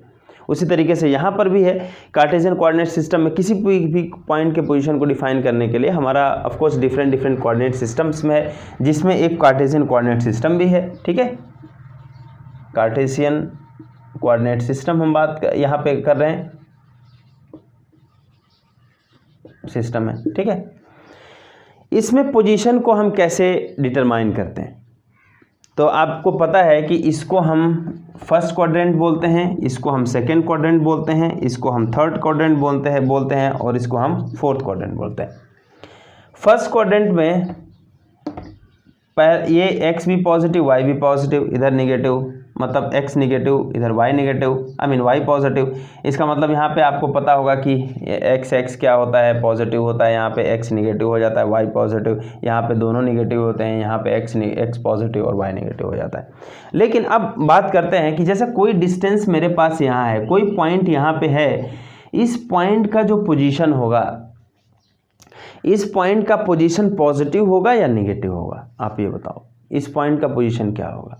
तो इस पॉइंट का पोजीशन जब आप O से मेज़र करेंगे तो ये पॉजिटिव होगा कि निगेटिव होगा? So this is positive. क्यों? क्योंकि x एक्सिस के पॉजिटिव डायरेक्शन में आप जा रहे हो। कोई भी पॉइंट आपने यहाँ पे कंसिडर कर लिया, कोई पॉइंट भी, अब इसका पोजीशन क्या होगा? इसका पोजीशन जो होगा, चूंकि x एक्सिस के निगेटिव में आप जा रहे हो, सो इसका पोजीशन क्या हो जाएगा? निगेटिव हो जाएगा। ऊपर में आप जाएंगे तो कोई पॉइंट यहाँ पर है C, इसका जो पोजीशन होगा वो पॉजिटिव होगा, और नीचे अगर आप चले गए D पॉइंट पे तो इसका जो पोजीशन होगा वो क्या होगा? वो निगेटिव होगा। कोई भी वैल्यू आएगी लेकिन वो निगेटिव आएगी, क्योंकि आपका वो मतलब y एक्सिस के निगेटिव डायरेक्शन में आप जा रहे हो। समझ में आ रहा नहीं आ रहा? एग्जैक्टली यही कार्टेशियन जो कोऑर्डिनेट सिस्टम है आपका यहाँ मिरर के लिए भी यूज़ होगा। वहाँ पे क्या करते हैं, मिरर का जो पोल होता है उस पोल को आप ओरिजिन से कोइंसाइड करते हैं। कोइंसाइड करने का मतलब पोल और ओरिजिन को एक साथ आप रख दो। मतलब क्या हुआ, पोल को आप यहाँ पे रख दो, तो इसका मतलब क्या हुआ कि अगर हम बात करें कि ये हमारा क्या हुआ, ये हमारा y एक्सिस हुआ और ये हमारा क्या हुआ, ये x एक्सिस। जो हमारा y एक्सिस और x एक्सिस एक दूसरे को जहाँ पे कट कर रहे हैं, इसका मतलब ये ओरिजिन, अब ये ओरिजिन पोल हो गया है, मतलब पोल ही अब ओरिजिन हो जाएगा। इसी को बोलते हैं कोइंसाइड करना। ठीक है, अब आप बताइए कि कोई ऑब्जेक्ट को हम कहाँ पे रखें और फिर उसके बाद से उसका हमें डिस्टेंस मेजर करना है, हाइट मेजर करना है। जैसे एग्जांपल के तौर पे किसी ऑब्जेक्ट को मैंने, कोई एक लड़का है, यहाँ पे हमने उसको रख दिया है, यहाँ पे आराम से ये है, इसका जो पोजीशन होगा, इसका बाल बना देते हैं ऐसा। अब इसका जो पोजीशन होगा वो पोल से पॉजिटिव होगा या नेगेटिव होगा। तो आप देख सकते हैं कि ये हम जा किधर रहे हैं, पोल से हम लेफ्ट साइड में हैं, इसका जो डिस्टेंस होगा वो क्या होगा, नेगेटिव होगा। एग्जैक्टली ये आप देख लो, इससे मैच करा लो। कोई पॉइंट यहाँ बी पे था, ये नेगेटिव में था। अगर हम मान लेते हैं कि अगर आपका जो इमेज बन रहा है या जो ऑब्जेक्ट है, अगर मान लेते हैं इसी चीज़ को हम यहाँ पे रखें, तो जैसे मान लो कि यहाँ पे आ गया, अब इसके पोजीशन को आप क्या करोगे, तो ये जो पोजीशन होगा वो क्या होगा, पॉजिटिव होगा कि नेगेटिव, क्योंकि आप एक्स एक्सिस में जा रहे हो, वो भी पॉजिटिव डायरेक्शन में, सो दिस इज पॉजिटिव होगा या नहीं होगा, दिस इज पॉजिटिव। समझ में आ रहा है, नहीं आ रहा है। और अगर अब यहाँ पे देखें, इसका जो हाइट होगा वो पॉजिटिव होगा या नेगेटिव होगा, लेकिन एक्स एक्सिस के नेगेटिव डायरेक्शन में रखा हुआ है, डिस्टेंस तो नेगेटिव हो गया यहाँ से, लेकिन ये वाला, तो ये जो है आप वाई एक्सिस के पॉजिटिव डायरेक्शन में चल रहे हो या नहीं चल रहे हो, तो वाई एक्सिस के पॉजिटिव डायरेक्शन में, तो इसका जो हाइट होगा वो पॉजिटिव हो जाएगा, यहाँ से यहाँ तक का जो हाइट होगा इसका वो क्या होगा, पॉजिटिव हो जाएगा। यहाँ पे क्या होगा, ऑफ कोर्स यहाँ पे भी जो हाइट होगा वो पॉजिटिव हो जाएगा। लेकिन अगर आपने ऑब्जेक्ट को इस तरीके से मान लो उल्टा लटका दिया, उसको गलती किया उसने, उसको उल्टा लटका दिए ऐसा, चलो अब बताओ यहाँ पे, तो इसका जो डिस्टेंस होगा वो क्या होगा, डिस्टेंस ऑफ कोर्स नेगेटिव होगा, लेकिन हाइट क्या होगा, वाई एक्सिस के नेगेटिव डायरेक्शन में जा रहे हो आप, तो इसका मतलब हाइट जो होगा वो क्या हो जाएगा, नेगेटिव हो जाएगा। सिमिलरली यहाँ पे अगर आपने इसको मान लेते हैं यहाँ से उल्टा लटका दिया इस साइड में, तब क्या होगा, फिर उसके बाद से ये जो डिस्टेंस होगा वो पॉजिटिव हो जाएगा, मतलब ओरिजिन से या पोल से जो डिस्टेंस होगा, जो ऑब्जेक्ट आपके पास है उसका डिस्टेंस क्या होगा, पॉजिटिव, और ये जो हाइट हो जाएगी चूँकि नेगेटिव वाई डायरेक्शन है, सो इट इज़ नेगेटिव। तो इसका मतलब मेरे ख्याल से कोई इसमें दिक्कत नहीं होने वाला है, समझ गए होंगे, ठीक है। अब बात करते हैं कि साइन कन्वेंशन हो गया, तो इमेज फॉर्मेशन। इमेज फॉर्मेशन से पहले एक सबसे इम्पॉर्टेंट जो चीज़ है उसको याद रखना है। सबसे पहले तो रे ऑप्टिक्स सीखने के लिए आपको लॉ ऑफ रिफ्लेक्शन और एक जो दूसरा है, चूँकि अभी हम लोग उस पर बात नहीं किए हैं, लॉ ऑफ रिफ्रैक्शन, उसको आपको एकदम बिल्कुल याद रख लेना है। अगर आपने लॉ ऑफ रिफ्लेक्शन और लॉ ऑफ रिफ्रैक्शन सीख लिया, आपको इमेज बनाने के में कोई दिक्कत ही नहीं होगा, ठीक है। अब हम बात करते हैं कि इमेज फॉर्मेशन में कैसे इमेज फॉर्मेशन होगा। तो यहाँ पे कुछ चीज़ें हैं जो कि आपको याद रखना होगा। एक ऑलरेडी आपका आ चुका है, जैसे प्रिंसिपल एक्सिस के पैरेलल जब कोई रे आती है तो आफ्टर रिफ्लेक्शन, ठीक है, आफ्टर रिफ्लेक्शन जिस पॉइंट पे प्रिंसिपल एक्सिस के कट करती है उसको हम फोकस बोलते हैं, ठीक है। तो ये जो है एक कॉनकेव जो हमारा मिरर था उसके लिए था कि प्रिंसिपल एक्सिस के पैरेलल कोई रे आई, आफ्टर रिफ्लेक्शन जिस प्रिंसिपल एक्सिस को जिस पॉइंट पे कट करेगी, एक्चुअली वो रियल में कट कर रहा है, ये हमारा फोकस होगा उसका, ठीक है, किसका, कॉनकेव मिरर का। लेकिन अगर आपने कॉन्वेक्स ले लिया, तो अगर आपने कॉन्वेक्स सरफेस ले लिया तो उस केस में क्या होगा, उस केस में क्या ये रे किधर जाएगा, इधर जाएगा या इधर जाएगा, ठीक है। तो ठीक है, अभी मैं बता दूंगा किधर जाएगा वो चीज़, लेकिन ये रे एक्चुअली इधर जाएगा, तो हम इसको देखो, अब ये जो है चूंकि प्रिंसिपल एक्सिस को तो कहीं कट नहीं कर रहा है, जब प्रिंसिपल एक्सिस को कट नहीं करेगा इसका मतलब क्या है कि क्या प्रिंसिपल एक्सिस को इधर आकर के कट कर देगा, ऐसा नहीं, सीधा लाइट ये जो है हम जो कंसीडर कर रहे हैं वो एक रेक्टिलिनियर प्रोपगेशन होता है लाइट का, रे ऑप्टिक्स में कंसीडर करते हैं, इसका मतलब वो सीधा जाएगा। तो जनरली हमारा ये सीधा, ऑफ कोर्स मीडियम चेंज नहीं हो रहा है, तो हवा में ही है, तो ये सीधा होकर के जा रहा है ये, ओके। फिर उसके बाद से प्रिंसिपल एक्सिस को कट करने का कोई सवाल नहीं है, तो हम क्या करेंगे, इसको हम पीछे मिलाएंगे, जिस पॉइंट पे मिलती हुई महसूस होती है उसको हम बोलते हैं इट इज़ ए फोकस। तो ये हमारा फोकस होगा किसका, ये हमारा फोकस होगा आपका जो कॉन्वेक्स हमारा मिरर है वो।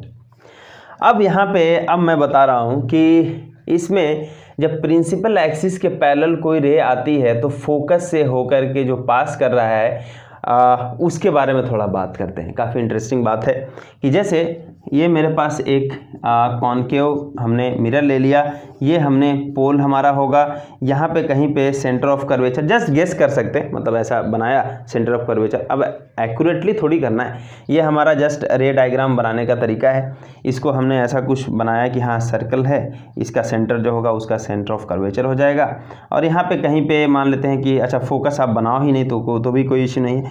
प्रिंसिपल एक्सिस के पैरेलल कोई रे आप कंसिडर करो। अब देखो, अब मुझे एक चीज़ देखना है कि ये रे जो है, अभी इसी के बारे में, बहुत इंपॉर्टेंट चीज़ है, इसको प्लीज़ ध्यान से देखना है। ये हमारा रे सीधा जा रहा है और आफ्टर रिफ्लेक्शन अब मैं बोलूँ कि ये रे जो है इधर जाएगा कि इधर जाएगा, किधर जाएगा, तो आप बोलोगे कि नहीं सर ये रे जो है वो तो इधर आएगा, लेकिन मैं बोलूँ कि नहीं वो रे इधर जाएगा, मुझे गलत प्रूफ करो आप, ये रे जो है इधर जाएगा। ज़बरदस्ती है, अभी क्या करोगे आप, हैं, ज़बरदस्ती बोल रहा हूँ, इधर से इधर जाएगा, कैसे करेंगे? तो तब आपको यहाँ पे लॉ ऑफ रिफ्लेक्शन बहुत काम में आने वाला है। लॉ ऑफ रिफ्लेक्शन क्या बोलता है कि जो एंगल ऑफ इंसिडेंस होगा और एंगल ऑफ जो रिफ्लेक्शन होगा must be equal.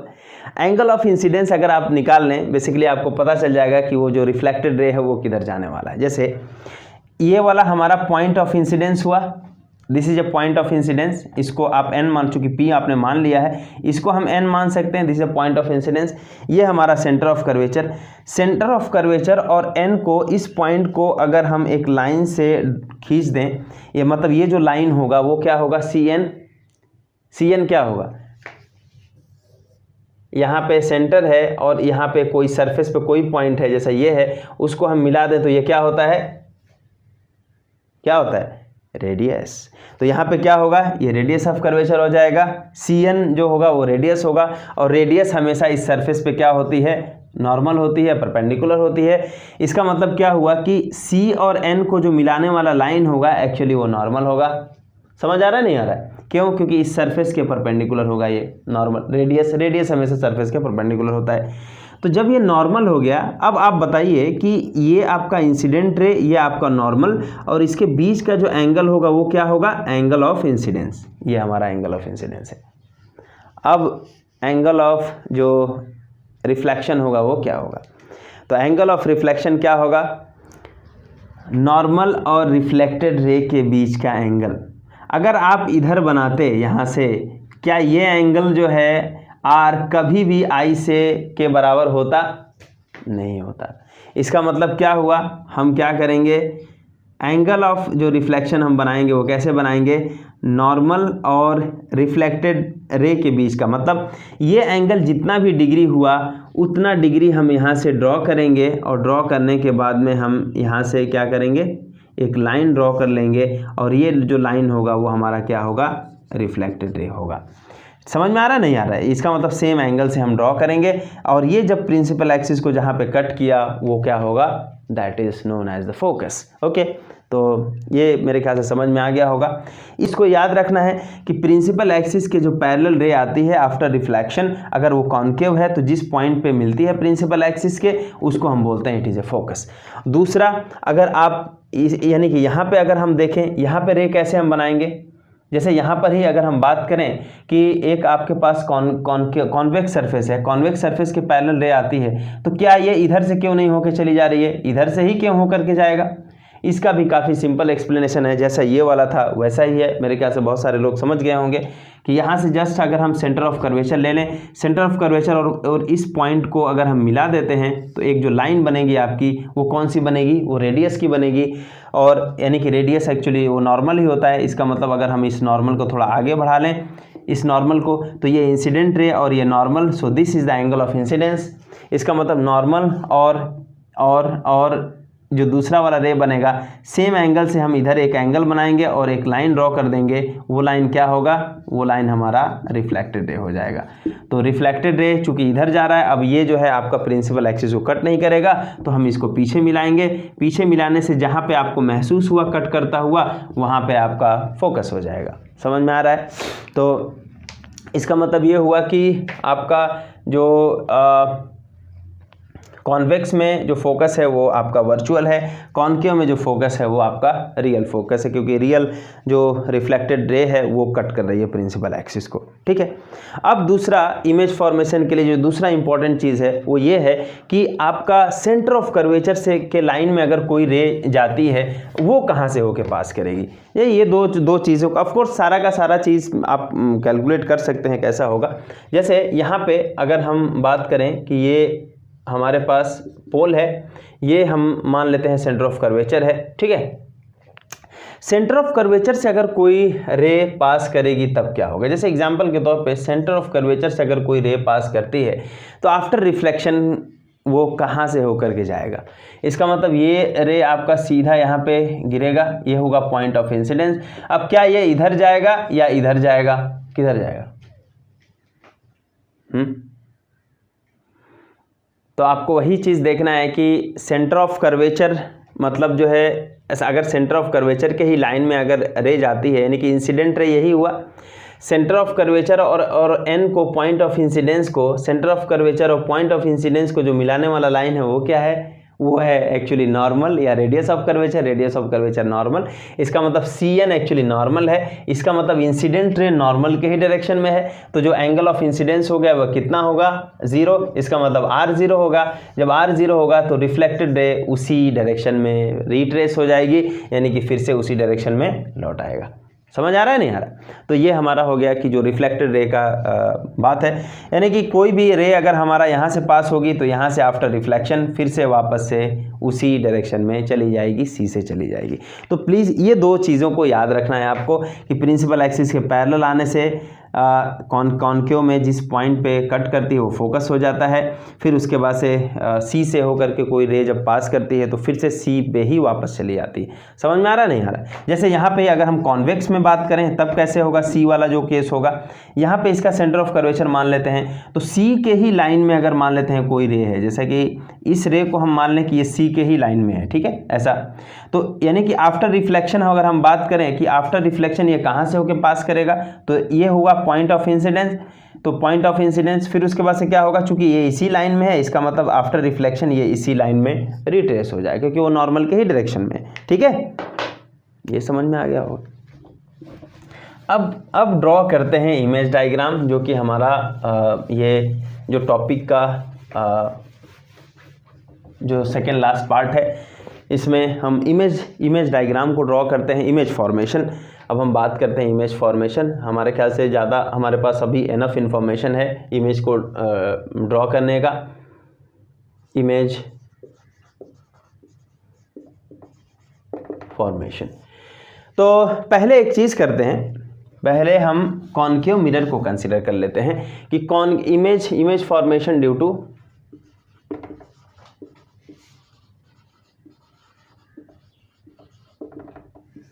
Concave mirror से जो इमेज का फॉर्मेशन होगा वो कैसे होगा। ठीक है, कैसे होगा कॉनकेव मिरर से? तो कॉनकेव मिरर, तो उसमें क्या है कि आप जो है पहले एक रीजन्स को डिफाइन कर लो आप कि कहाँ कहाँ पे ऑब्जेक्ट को रखें और फिर उसके बाद से उसका इमेज कहाँ कहाँ बनाएंगे। तो यहाँ पे पोल हो गया, बहुत अच्छे। यहाँ पे क्या हो गया, सेंटर ऑफ कर्वेचर, और इस सेंटर ऑफ कर्वेचर और पोल के बीच में कहीं पे फोकस होगा, तो ये हम फोकस मान लेंगे। फिर उसके बाद से आता है कि यहाँ पे ये इनफाइनाइट डिस्टेंस है ऐसा। तो आप जो है इस रीजन्स को आप कितने भागों में डिवाइड कर सकते हो। तो पहला ये होगा पोजीशन ऑब्जेक्ट का कि आपने इनफाइनाइट पे रख दिया। अब इनफाइनाइट का मतलब ये नहीं मुंबई में, मतलब इमेज मतलब ऑब्जेक्ट मिरर यहाँ पे है फिर उसके बाद से मुंबई में रख दो। ठीक है, मतलब ऐसा हुआ इनफाइनाइट का मतलब कि मिरर से काफ़ी दूर आपने रखा है बस, क्योंकि इनफाइनाइट पे रखने से का मीनिंग एक्चुअली ये होता है कि वहाँ से जब रे आती है वो रे प्रिंसिपल एक्सिस के पैरेलल होती है।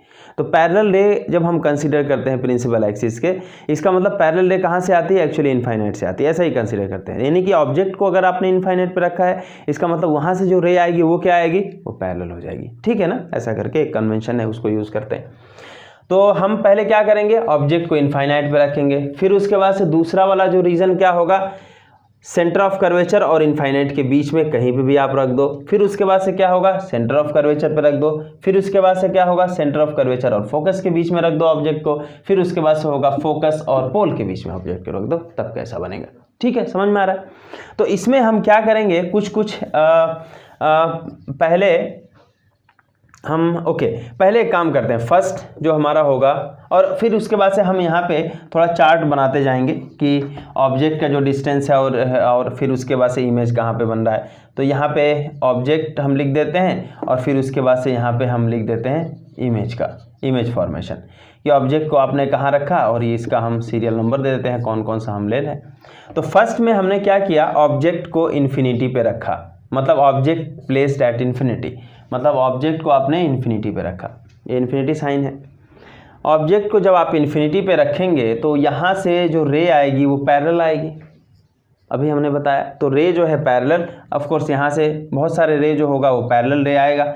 पैरेलल रे आफ्टर रिफ्लेक्शन, आपको पता है कि जो पैरेलल रे होती है आफ्टर रिफ्लेक्शन वो कहाँ से होकर के पास करती है, वो हमेशा फोकस से होकर के पास करती है। तो यहाँ रे जाएगा, इधर गया, यहाँ से रिफ्लेक्ट होगा और इधर। कोई भी रे डायग्राम को ड्रॉ करना हो आपको, लॉ ऑफ रिफ्लेक्शन बहुत इंपॉर्टेंट है, यानी कि इन सभी में एक्चुअली लॉ ऑफ रिफ्लेक्शन का यूज़ हुआ है कि सी को और यहाँ पे पॉइंट ऑफ इंसिडेंस को मिला दीजिए। जो लाइन बनेगा वो नॉर्मल इंसिडेंट रे के बीच का एंगल जितना होगा, और ये जो रे है उसको आप एंगल मेज़र कर दो, दोनों एक ही होना चाहिए। ठीक है, तो इस चीज़ को हम बात करेंगे, और ये हमारा हुआ फोकस से होकर के गुजरेगा। इसका मतलब यहाँ से इन्फिनिटी पे जब आपने ऑब्जेक्ट को रखा तो वहाँ से जो रे आएगी प्रिंसिपल एक्सिस के पैरेलल, आफ्टर रिफ्लेक्शन जो प्रिंसिपल एक्सिस को जहाँ कट कर रही है वो क्या हुआ, वो फोकस हुआ। यानी कि ऑब्जेक्ट कहाँ बन रहा है, ऑब्जेक्ट जो बनेगा वो फोकस पे बनेगा। यानी कि इमेज का जो पोजीशन इमेज जो बनेगा, अगर मैंने ऑब्जेक्ट बोला है तो इमेज जो बनेगा, इमेज का फॉर्मेशन कहाँ पे होगा, वो फोकस पे होगा। ठीक है, समझ में आ रहा है, इमेज का फॉर्मेशन फोकस पे। लेकिन अब यहाँ पे एक बात है कि इमेज जो है वो कैसा बन रहा है। तो देखो यहाँ पे क्या होता है कि जब पैरेलल रे आ रही है तो सारा का सारा एक ही पॉइंट पे कट कर रहा है, एक ही पॉइंट पे। तो ये जो होगा एक पॉइंट इमेज बनेगा, हमारा पॉइंट इमेज बनेगा, मतलब हाईली डिमिनिस्ड, बहुत ही छोटा। यानी कि ये इसको आप लिख सकते हो कि हाईली डिमिनिस्ड होगा ये। फिर उसके बाद से चूंकि ये रिफ्लेक्टेड रे रियल में प्रिंसिपल एक्सिस को कट कर रहा है, मतलब ऐसा तो नहीं है ना कि वर्चुअल में कट कर रहा है। वर्चुअल इन द सेंस कि जैसे मान लेते हैं यहाँ पे रे आया और ये तो इधर चला जाएगा। अब ये तो जिंदगी में कभी प्रिंसिपल एक्सिस को कट नहीं करने, क्या ऐसा करके चला जाएगा इधर से कट करने के, रे सीधा लाइन में चलता है तो ऐसा तो कट करेगा नहीं। तो इसका मतलब क्या हुआ, ये तो हमेशा सीधा मतलब प्रिंसिपल एक्सिस से वो डाइवर्ज करेगा। इसका मतलब हम इसको वर्चुअल में इसको प्रिंसिपल एक्सिस के मिलाएंगे, यानी कि यहाँ पे आपका इमेज बनने वाला है। तो ये क्या हुआ, वर्चुअल में प्रिंसिपल एक्सिस को कट कर रहा है, तो जो इमेज बनेगा वो वर्चुअल हो जाएगा। यहाँ पे क्या हुआ, रियल में प्रिंसिपल एक्सिस को कट कर रहा है, जो इमेज बनेगा वो क्या होगा, रियल बनेगा। हाईली डिमिनिस्ड होता है। फिर उसके बाद से यहाँ पे जो रियल इमेज होते हैं वो इन्वर्टेड होते हैं, तो इन्वर्टेड इमेज बनेगा आपका। फिर उसके बाद से ऑब्जेक्ट से ऑफकोर्स हाईली डिमिनिस्ड मतलब बहुत ही छोटा आपका इमेज बनेगा, इन्वर्टेड और रियल इमेज बनेगा। ये हमारा हो गया इसका, अगर ऑब्जेक्ट को आपने इन्फिनिटी पे प्लेस किया तो। ठीक है, अच्छा दूसरा अगर हम बात करें तो दूसरा अगर हम बात करते हैं तो कौन कौन सा पोजीशन हुआ हमारा, मतलब पहला ऐसा हुआ कि छोटा सा मैं बना देता हूँ। पहला ऐसा हुआ कि ये P हुआ, ये हमारा C, ये हमारा F, ये हमने इन्फिनिटी पे रखा था, तो जस्ट ऐसा। तो ये हमारा क्या हुआ, ऑब्जेक्ट हमारा इमेज जो है फोकस पे बना। दूसरा हम क्या कंसीडर कर लें, दूसरा अगर हम कंसीडर कर लें कि अगर आपने क्या किया, ये हमारा पोल है, ये हमारा सेंटर ऑफ कर्वेचर, ये हमारा फोकस। अब आपने क्या किया, इन्फिनिटी और सी के बीच में ऑब्जेक्ट को रख दिया है। अब क्या होगा, इन्फिनिटी और सी के बीच में रख देंगे, तब क्या होगा, यहाँ से देखिए एक जो हमको इन्फॉर्मेशन है उसी से हम यूज़ करेंगे कि यहाँ से एक पैरेलल रे बनाएंगे। पैरेलल रे क्यों बना रहे हैं, क्योंकि हमको ये पता है कि पैरेलल रे आफ्टर रिफ्लेक्शन जिस पॉइंट से जाती है वो फोकस होता है, तो हमको फोकस को पता है, यानी कि ये यहाँ से होकर के जाएगा। ठीक है, दूसरा क्या करेंगे, दूसरा कि अगर कोई रे फोकस से होके जाए तो, जैसे कोई रे अगर फोकस से होकर के जाए, यहाँ पे अगर फोकस है, कोई रे अगर मान लेते हैं फोकस से होकर के जाएगा, अब क्या होगा आफ्टर रिफ्लेक्शन? आफ्टर रिफ्लेक्शन क्या होगा? तो ये होता क्या है कि जब कोई रे प्रिंसिपल एक्सिस के पैरेलल होता है तो आफ्टर रिफ्लेक्शन फोकस से होकर जाएगा। इसका मतलब कोई रे जब फोकस से होकर के जाएगा तो आफ्टर रिफ्लेक्शन क्या होगा? प्रिंसिपल एक्सिस के पैरेलल हो जाएगा। उल्टा उल्टा, जब पैरेलल था तो फोकस से होकर गया, और जब फोकस से होकर के जाएगा तो प्रिंसिपल एक्सिस के पैरेलल हो जाएगा। ठीक है, ये हो गया हमारा। तो यहाँ से इमेज बनाने के लिए हमको केवल 2 रिफ्लेक्टेड रे की ज़रूरत है। तो एक तो हमारा मिल गया, दूसरा वाला कैसे मिलेगा? दूसरा वाला हम ऐसा करेंगे, या तो आप फोकस से होके पास करा दो, या तो आप सेंटर ऑफ कर्वेचर से होके पास करा दो, या कहीं से आप लॉ ऑफ रिफ्लेक्शन ले लेना। तो जैसे यहाँ पे क्या होगा कि अगर हम सेंटर ऑफ कर्वेचर से होकर के पास कराएं इस दूसरे रे को, दूसरा इंसिडेंट रे, अब एक बात बताइए कि ये इंसिडेंट रे यहाँ पे पॉइंट हुआ, राइट, यहाँ पे पॉइंट ऑफ इंसिडेंस इसका है। अब ये किधर जाएगा? तो अभी हमने बताया था कि जब incident ray centre of curvature के लाइन में अगर जाएगा तो फिर से वापस से उसी डायरेक्शन में लौट आएगा। क्यों? क्योंकि वो नॉर्मल है। ठीक है, और नॉर्मल इंसिडेंट रे के बीच का एंगल 0 हो जाएगा, तो इस केस में जो रिफ्लेक्टेड रे होगा उसी डायरेक्शन में लौट आएगी। अब देखिए ये रिफ्लेक्टेड रे लौटते लौटते कहाँ पे कट किया? यहाँ पे। इसका मतलब इमेज जो होगा हमारा यहाँ पे बनेगा। तो इमेज का जो पोजीशन होगा वो इमेज का पोजीशन ये है। समझ में आ गया? नहीं आ गया? इसको और तरीके से बनाया जा सकता है। जैसे यहाँ पे अगर हम बात करें तो यानी कि यहाँ पे सेंटर ऑफ कर्वेचर ये फोकस था हमारा, यहाँ पे ऑब्जेक्ट को आपने रख दिया, यहाँ पे आपने एक फोकस ले लिया, फोकस से जाता हुआ एक इंसिडेंट रे फिर दूसरा आप ऐसा भी कंसिडर कर सकते हो कि फोकस से अगर होकर के पास करे तो प्रिंसिपल एक्सिस के पैरेलल हो जाएगा। तो यहाँ पे जहाँ कट किया वहाँ पे हमारा इमेज, तो ऑफ कोर्स सेम ही चीज़ बनेगा। और फिर उसके बाद से अगर 3 रे आपको दिखाना है तो फिर उसके बाद से यहाँ से एक सेंटर ऑफ कर्वेचर से होकर के एक लाइन बना दो, फिर उसके बाद से वो वापस से उसी डायरेक्शन में मुड़ जाएगा। काम खत्म हो गया? नहीं हो गया? तो ऐसा करके जो भी रे, मिनिमम हमें 2 रिफ्लेक्टेड रे चाहिए जस्ट मतलब जो है इमेज ड्रॉ करने के लिए, तो हमने बना लिया। ओके, वैसे भी मतलब जो है हम लोग काफ़ी लेजी हैं, तो जितना कम रहे उतना ही अच्छा है, तो वही बात है। ओके, तो ये हमारा क्या बना कि अगर सेकेंड में अगर ऑब्जेक्ट को आपने कहाँ रखा है, तो ऑब्जेक्ट को अगर आपने इन्फिनिटी और सी के बीच में रखा है तो उस केस में आपका इमेज जो बनेगा वो कहाँ पे बनेगा? इमेज सी और एफ के बीच में, सेंटर ऑफ कर्वेचर और फोकस के बीच में बनेगा। और ये कैसा हो गया? स्मॉल होगा, small with respect to object से छोटा बन रहा है हमारा, लेकिन रियल बन रहा है। और रियल इमेज जो होते हैं वो इन्वर्टेड होते हैं, मतलब ये उल्टा बन रहा है कि नहीं बन रहा है, इसीलिए मतलब इन्वर्टेड मतलब उल्टा इमेज बनेगा। क्योंकि ये पॉइंट इमेज बना था इस केस में, इसीलिए हमको पता नहीं चल रहा था कि वो क्या बन रहा है, लेकिन जो रियल इमेज जो बनते हैं वो उल्टे ही बनते हैं। ठीक है, तो ये हमारा सेकेंड वाला रहा। ओके,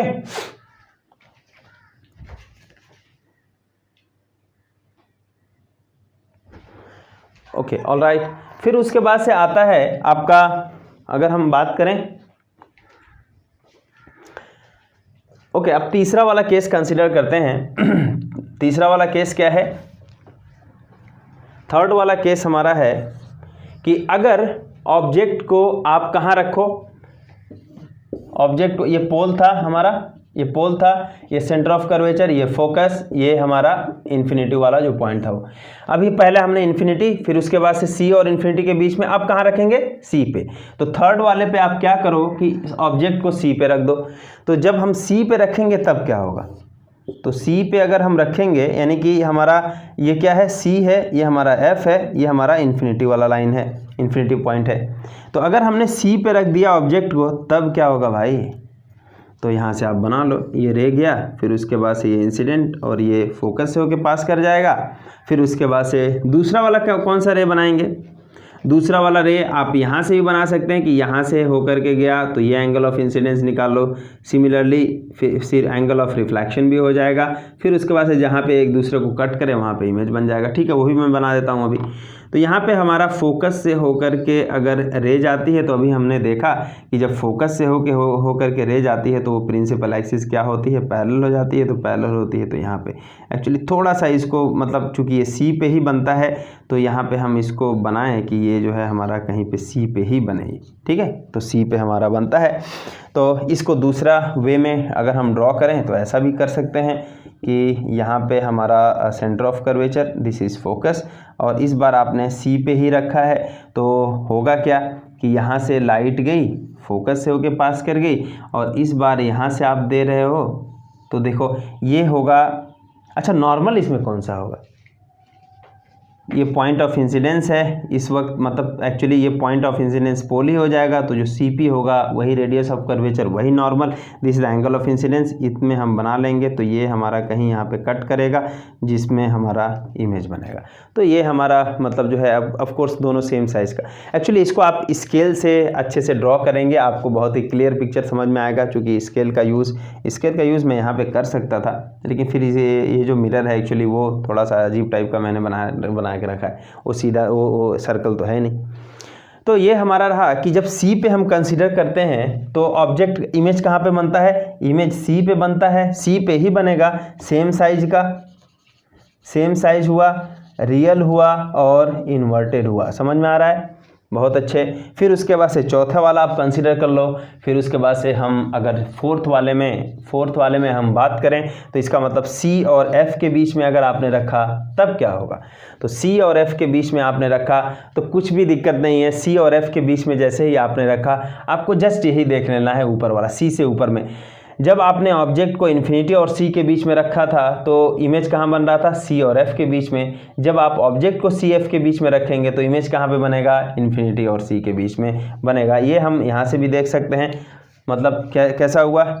चलिए यहाँ पे कर देते हैं कि यहाँ पे सेंटर ऑफ कर्वेचर मान लेते हैं, यहाँ फोकस मान लेते हैं, इधर आपका इन्फिनिटी, इधर आपका पोल।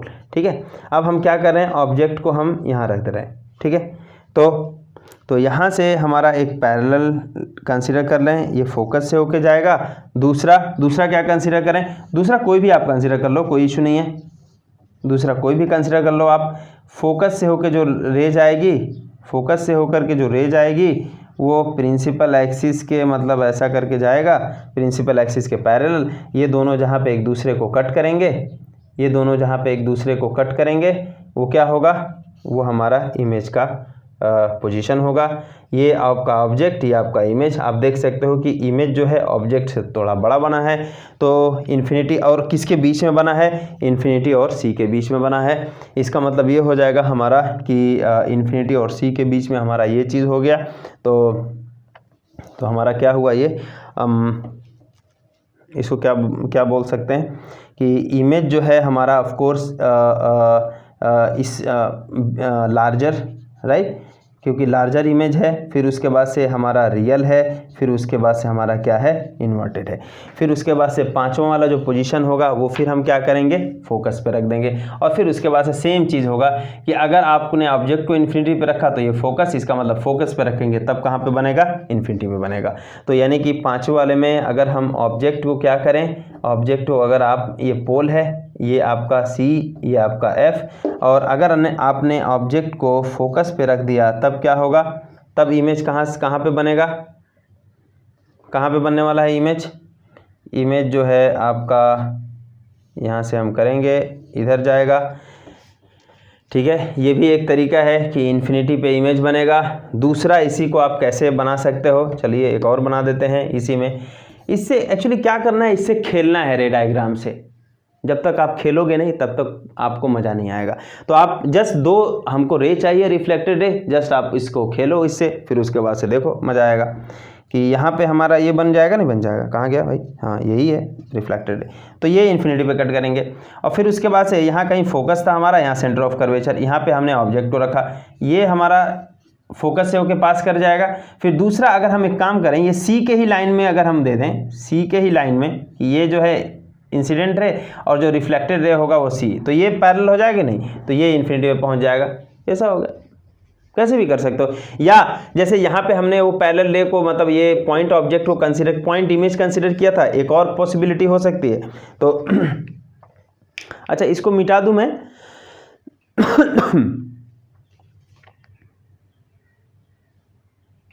मेरे ख्याल से डायग्राम नोट हो गया होगा, जस्ट इसको मैं मिटाता हूँ थोड़ा सा। इसमें पांचों वाले केस में ये दोनों केस हो गया, तो दोनों केस में एक चीज़ और केस डिस्कस कर लेते हैं यहाँ पे कि जस्ट इसको अगर हमने पॉइंट पॉइंट ऑब्जेक्ट मान लिया, मान लेते हैं फोकस था, ये सेंटर ऑफ कर्वेचर, ये पोल, इसको अगर आप पॉइंट ऑब्जेक्ट मान लेंगे तो यहाँ से जो लाइट जाएगी, यहाँ से जो लाइट जाएगी, मतलब फोकस से जो होकर के जाती है वो पैरेलल हो जाती है, यहाँ से भी पैरेलल, इसका मतलब क्या होगा, इन्फिनिटी बनेगा। तो ये हमने एक्चुअली इसी पांचवें वाले केस में 3 चीज़ बना दिया, ये इमेज और ये सभी का सभी क्या हो रहा है, इन्फिनिटी पे बन रहा है। तो इसका मतलब जब हम इसको F पे रखेंगे तब क्या होगा, तब आपका इन्फिनिटी पे बनेगा और फिर उसके बाद से ये आपका रियल और इन्वर्टेड होगा। समझ में आ रहा है? तो ये हमारा हुआ कि पांचवा वाला केस। अब एक लास्ट का जो आपका केस बनता है वो कौन सा बनता है, इसको मिटा देता हूँ। लास्ट का जो केस है वो क्या है, कौन सा, किसी को आइडिया या वोडाफोन या फिर उसके बाद से एयरटेल, मेरा तो एयरटेल है। फिर उसके बाद से छठवां वाला जो केस होगा वो कौन सा होगा कि अगर ऑब्जेक्ट को आपने कहाँ रखा, लास्ट वाला केस ये है पोल हुआ, ये सेंटर ऑफ कर्वेचर, ये फोकस, ये इन्फिनिटी। ऑब्जेक्ट को आपने फोकस और पोल के बीच में आपने रखा। अब यही लास्ट वाला केस होगा कि फोकस और पोल के बीच में रखेंगे तब क्या होगा, तब आप इसको थोड़ा केयरफुली ड्रॉ करोगे तो आपको, मेरे ख्याल से इसको थोड़ा मैं कर देता हूँ थोड़ा ऐसा करके कि ये फोकस से होके पास करेगा, एक इधर हुआ फोकस से होके, यार इधर मिट जा रहा है, सी ये इधर हो रहा है, फोकस से होके पास कर रहा है। दूसरा हम क्या करेंगे, अगर सी के ही लाइन में दे दें, मतलब जैसे यहाँ पे अगर हम दे दें सी के ही लाइन में, अगर हम दे दें यहाँ पे, तो ये सी के ही लाइन में रिफ्लेक्ट करेगा कि नहीं। और ये दोनों क्या होते हैं, ये दोनों हमारे डाइवर्ज करते हैं एक्चुअली। जब डाइवर्ज करेंगे मतलब ये ऐसा करके जाएगा, ये ऐसा जाएगा, ये ऐसा जाएगा, यानी ये एक दूसरे से कहीं नहीं मिलते हैं, इसलिए हमको इसको पीछे मिलाना होता है। तो पीछे जो है ऐसा लगता है कि यहाँ से एक्चुअली वो इमेज फॉर्म यहाँ पे हुआ है। तो ये हुआ इमेज का पोजीशन, ठीक है। तो हुआ क्या हमारा कि अगर मतलब छठवां वाला जो केस है, 6 जो वाला केस है, उसमें अगर ऑब्जेक्ट को आपने कहाँ पे रखा है, ऑब्जेक्ट को फोकस और पोल के बीच में रखा है, तो इमेज कहाँ पे बन रहा है, वो इमेज जो है वो आपका बिहाइंड द मिरर हो रहा है। और ये क्या हो रहा है बिहाइंड द मिरर में, बिहाइंड द मिरर होने पे आपका वर्चुअल बन रहा है, वर्चुअल। और ये सीधा बन रहा है कि नहीं, तो सीधे को हम इरेक्ट बोलते हैं। इरेक्ट मतलब वो सीधा आपका इमेज बन रहा है, ठीक है। तो ये हमारा हो गया फोकस और पोल। तो इसमें आप एक चीज़ देखोगे कि 1 से लेकर के जो 5 तक जितने भी केस थे, मतलब इन्फिनिटी से लेकर के up to the focus, object को आपने जहाँ भी रखा वहाँ पे आपका क्या बना, रियल इमेज बना। और आपने जो 6 वाला केस था, जैसे ही आपने ऑब्जेक्ट को फोकस और पोल के बीच में बना, वो आपका इमेज क्या हुआ, वर्चुअल हुआ।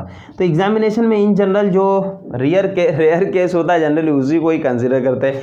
तो ये जो है कि 5 का 5 तो रियल ही बन रहा है। तो फिर उसके बाद से छठवां वाला केस इंपॉर्टेंट है कि फोकस और पोल के बीच में हम रखें तो क्या होता है। तो ये वाला केस को आपको याद रखना है कि क्या होगा। तो उस केस में हमारा इमेज जो है वो वर्चुअल बनता है, ठीक है। तो फिर उसके बाद से अगर हम बात करें कि ओके, ये हमारा हुआ up to the image formation. मेरे ख्याल से नेक्स्ट मतलब जो है वीडियो में मैं थोड़ा अब डेरिवेशंस की बात करूँगा। मुझे लग रहा है कि ये जितना भी मैंने समझाया वो मतलब जो है समझ में आ गया। तो आज के लिए ये यहाँ पे इतना होगा। आप प्लीज़ इसको रिवाइज करें। अच्छा, एक चीज़ और मुझे बताना होगा यहाँ पे। ये तो हो गया हमारा ये। नाउ वी विल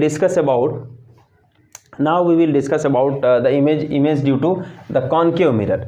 तो कॉन्केव मिरर में तो हमने अभी तक बताया ही नहीं, तो कॉन्केव मिरर का हम देख लेते हैं। ओके, तो कॉन्केव मिरर में हम बात कर लें तो कॉन्वेक्स में।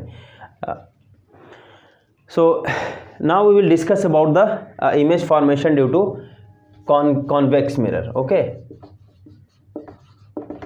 Convex mirror. तो कॉन्वेक्स मिरर के लिए अगर हम बात करें तब क्या होगा, तो कॉन्वेक्स मिरर आप ऐसा ले लो।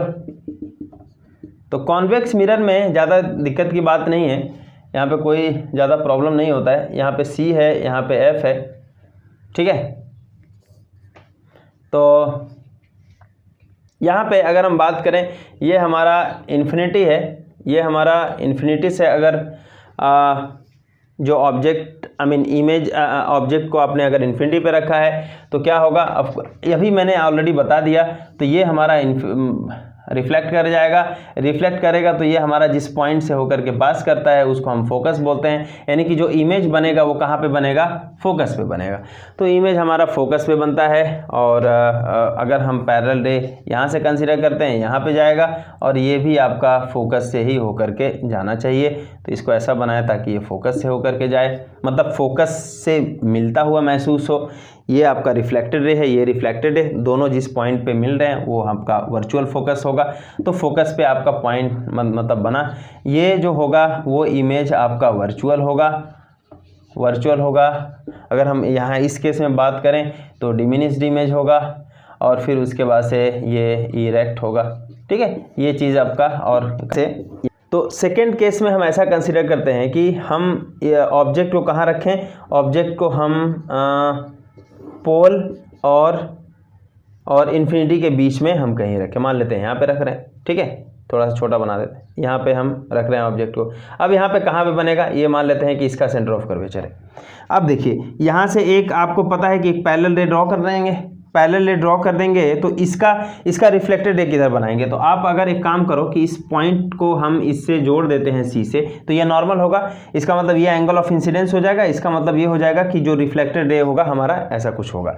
तो रिफ्लेक्टेड रे और को अगर हम ये पीछे मिलाते जाएं तो यहाँ पे आपका ऑफकोर्स ये फोकस पे ही जाके मिलेगा, ये होगा एक हमारा रे, लेकिन दूसरा वाला इमेज कहाँ पे बनेगा वो देखना है। तो एक काम करें कि इस पोल को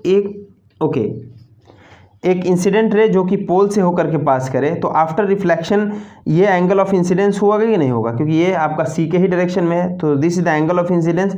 इतने एंगल से हम ये भी बना सकते हैं, सो ये मतलब मस्ट बी इक्वल।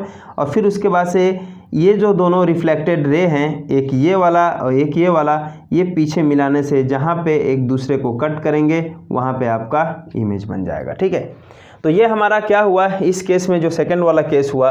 पहला वाला केस में इन्फिनिटी रखे थे तो बेसिकली फोकस पे बना, दूसरे वाले केस में इन्फिनिटी और पी के बीच में कहीं भी आप रख दो, पी और सी के बीच बनेगा, और वो क्या होगा आपका कि मतलब ये इमेज जो होगा वो वर्चुअल एंड इरेक्ट इमेज हमारा बनेगा। तो ये केवल यही दो केस था इसमें, जो कॉन्वेक्स मिरर था। और फिर उसके बाद से नेक्स्ट टाइम ये रहा हमारा कॉन्वेक्स और कॉन्केव मिरर में। नेक्स्ट टाइम एक्चुअली हम कुछ डेरिवेशंस के बारे में बात करेंगे, काफ़ी इंटरेस्टिंग डेरिवेशंस आएगा। जस्ट आपको प्लीज़ इसको थोड़ा सा रिवाइज़ करना है। और ओके, पहला मैं समराइज़ कर देता हूँ कि मैंने क्या क्या डिफ़ाइन किया। बेसिकली आज हमने ये पार्ट 2 चैप्टर स्टार्ट किया है, और वो है रे ऑप्टिक्स। रे ऑप्टिक्स में मैंने थोड़ा सा डिफ़ाइन किया रेज मतलब ऑप्टिक्स के बारे में। फिर उसके बाद से उसमें जो है सबसे इंटरेस्टिंग जो फिनोमेना है वो रे ऑप्टिक्स का, वो आपका जो रिफ्लेक्शन है उसके बारे में हम लोगों ने डिस्कस किया। लॉज उसके बारे में, लॉ ऑफ रिफ्लेक्शन क्या चीज़ होता है, कुछ हमने चीज़ों को देखा। फिर उसके बाद से हमने कुछ स्फेरिकल मिरर्स के बारे में डिस्कस किया जो कि हमारा सिलेबस में है, जो कॉन्केव और कॉन्वेक्स वाला। फिर उसके बाद से हमारा साइन कन्वेंशन हमने देखा कि sign convention actually ray optics में बहुत ही ज़्यादा इंपॉर्टेंट है, उसको आपको समझना ही है अगर आपको रे ऑप्टिक्स सीखना है तो। फिर उसके बाद से हमने बताया कि ये जो कॉन्वेक्स और कॉन्केव मिरर है उसमें आपने इमेज फॉर्मेशन को कैसे करना है। तो इमेज फॉर्मेशन हम लोगों ने ड्रॉ किया डिफरेंट जो हमारे पास मिरर्स थे, जैसे कि कॉन्वेक्स और कॉन्केव। उसमें कॉन्केव में बहुत सारे केसेस थे, हमने देखा कि मैक्सिमम केसेस में, ऑलमोस्ट सभी केसेस में हमारा रियल ही इमेज बन रहा था, लेकिन केवल एक केसेस ऐसा था जो कि रेयर था कि अगर आप ऑब्जेक्ट को फोकस और पोल के बीच में रख देते हैं तो इमेज जो होगा वो आपका वर्चुअल बनेगा। ठीक है, फिर उसके बाद से दूसरा वाला जो इमेज फॉर्मेशन था वो कॉन्वेक्स मिरर का। कॉन्वेक्स मिरर का जो इमेज फॉर्मेशन होता है वो आपका क्या होता है कि वो हमेशा एक वर्चुअल इमेज बनाता है, चाहे वो इन्फिनिटी पे हो या आपका इन्फिनिटी और पोल के बीच में आप कहीं पे भी रख दो। तो जो दोनों डायग्राम है ऑलरेडी आपके देखिए यहाँ पे बोर्ड पे है। तो ये चीज़ हुआ। नेक्स्ट टाइम में एक्चुअली हम थोड़ा आज इस डेरिवेशन को डिस्कस नहीं करेंगे, नेक्स्ट वीडियो में हम इस जो है डेरिवेशंस को डिस्कस करेंगे कि जैसे कि जो फोकस मिरर के केस में जो फोकस होता है वो आपका रेडियस ऑफ कर्वेचर और फोकस में क्या रिलेशन है, मिरर इक्वेशन के बारे में डिस्कस करेंगे। फिर उसके बाद से और भी जो इंटरेस्टिंग फिनोमेना है उसके बारे में हम डिस्कस करेंगे। तो मेरे हिसाब से ये आज का हो गया, और आज इस टॉपिक को प्लीज़ आप लोग थोड़ा सा अच्छे से रिवाइज़ कीजिए नेक्स्ट वीडियो, क्योंकि और अच्छे से समझ में आएगा आपको अगर आपने इसको रिवाइज़ किया है तो। Okay, so that's it and thank you very much.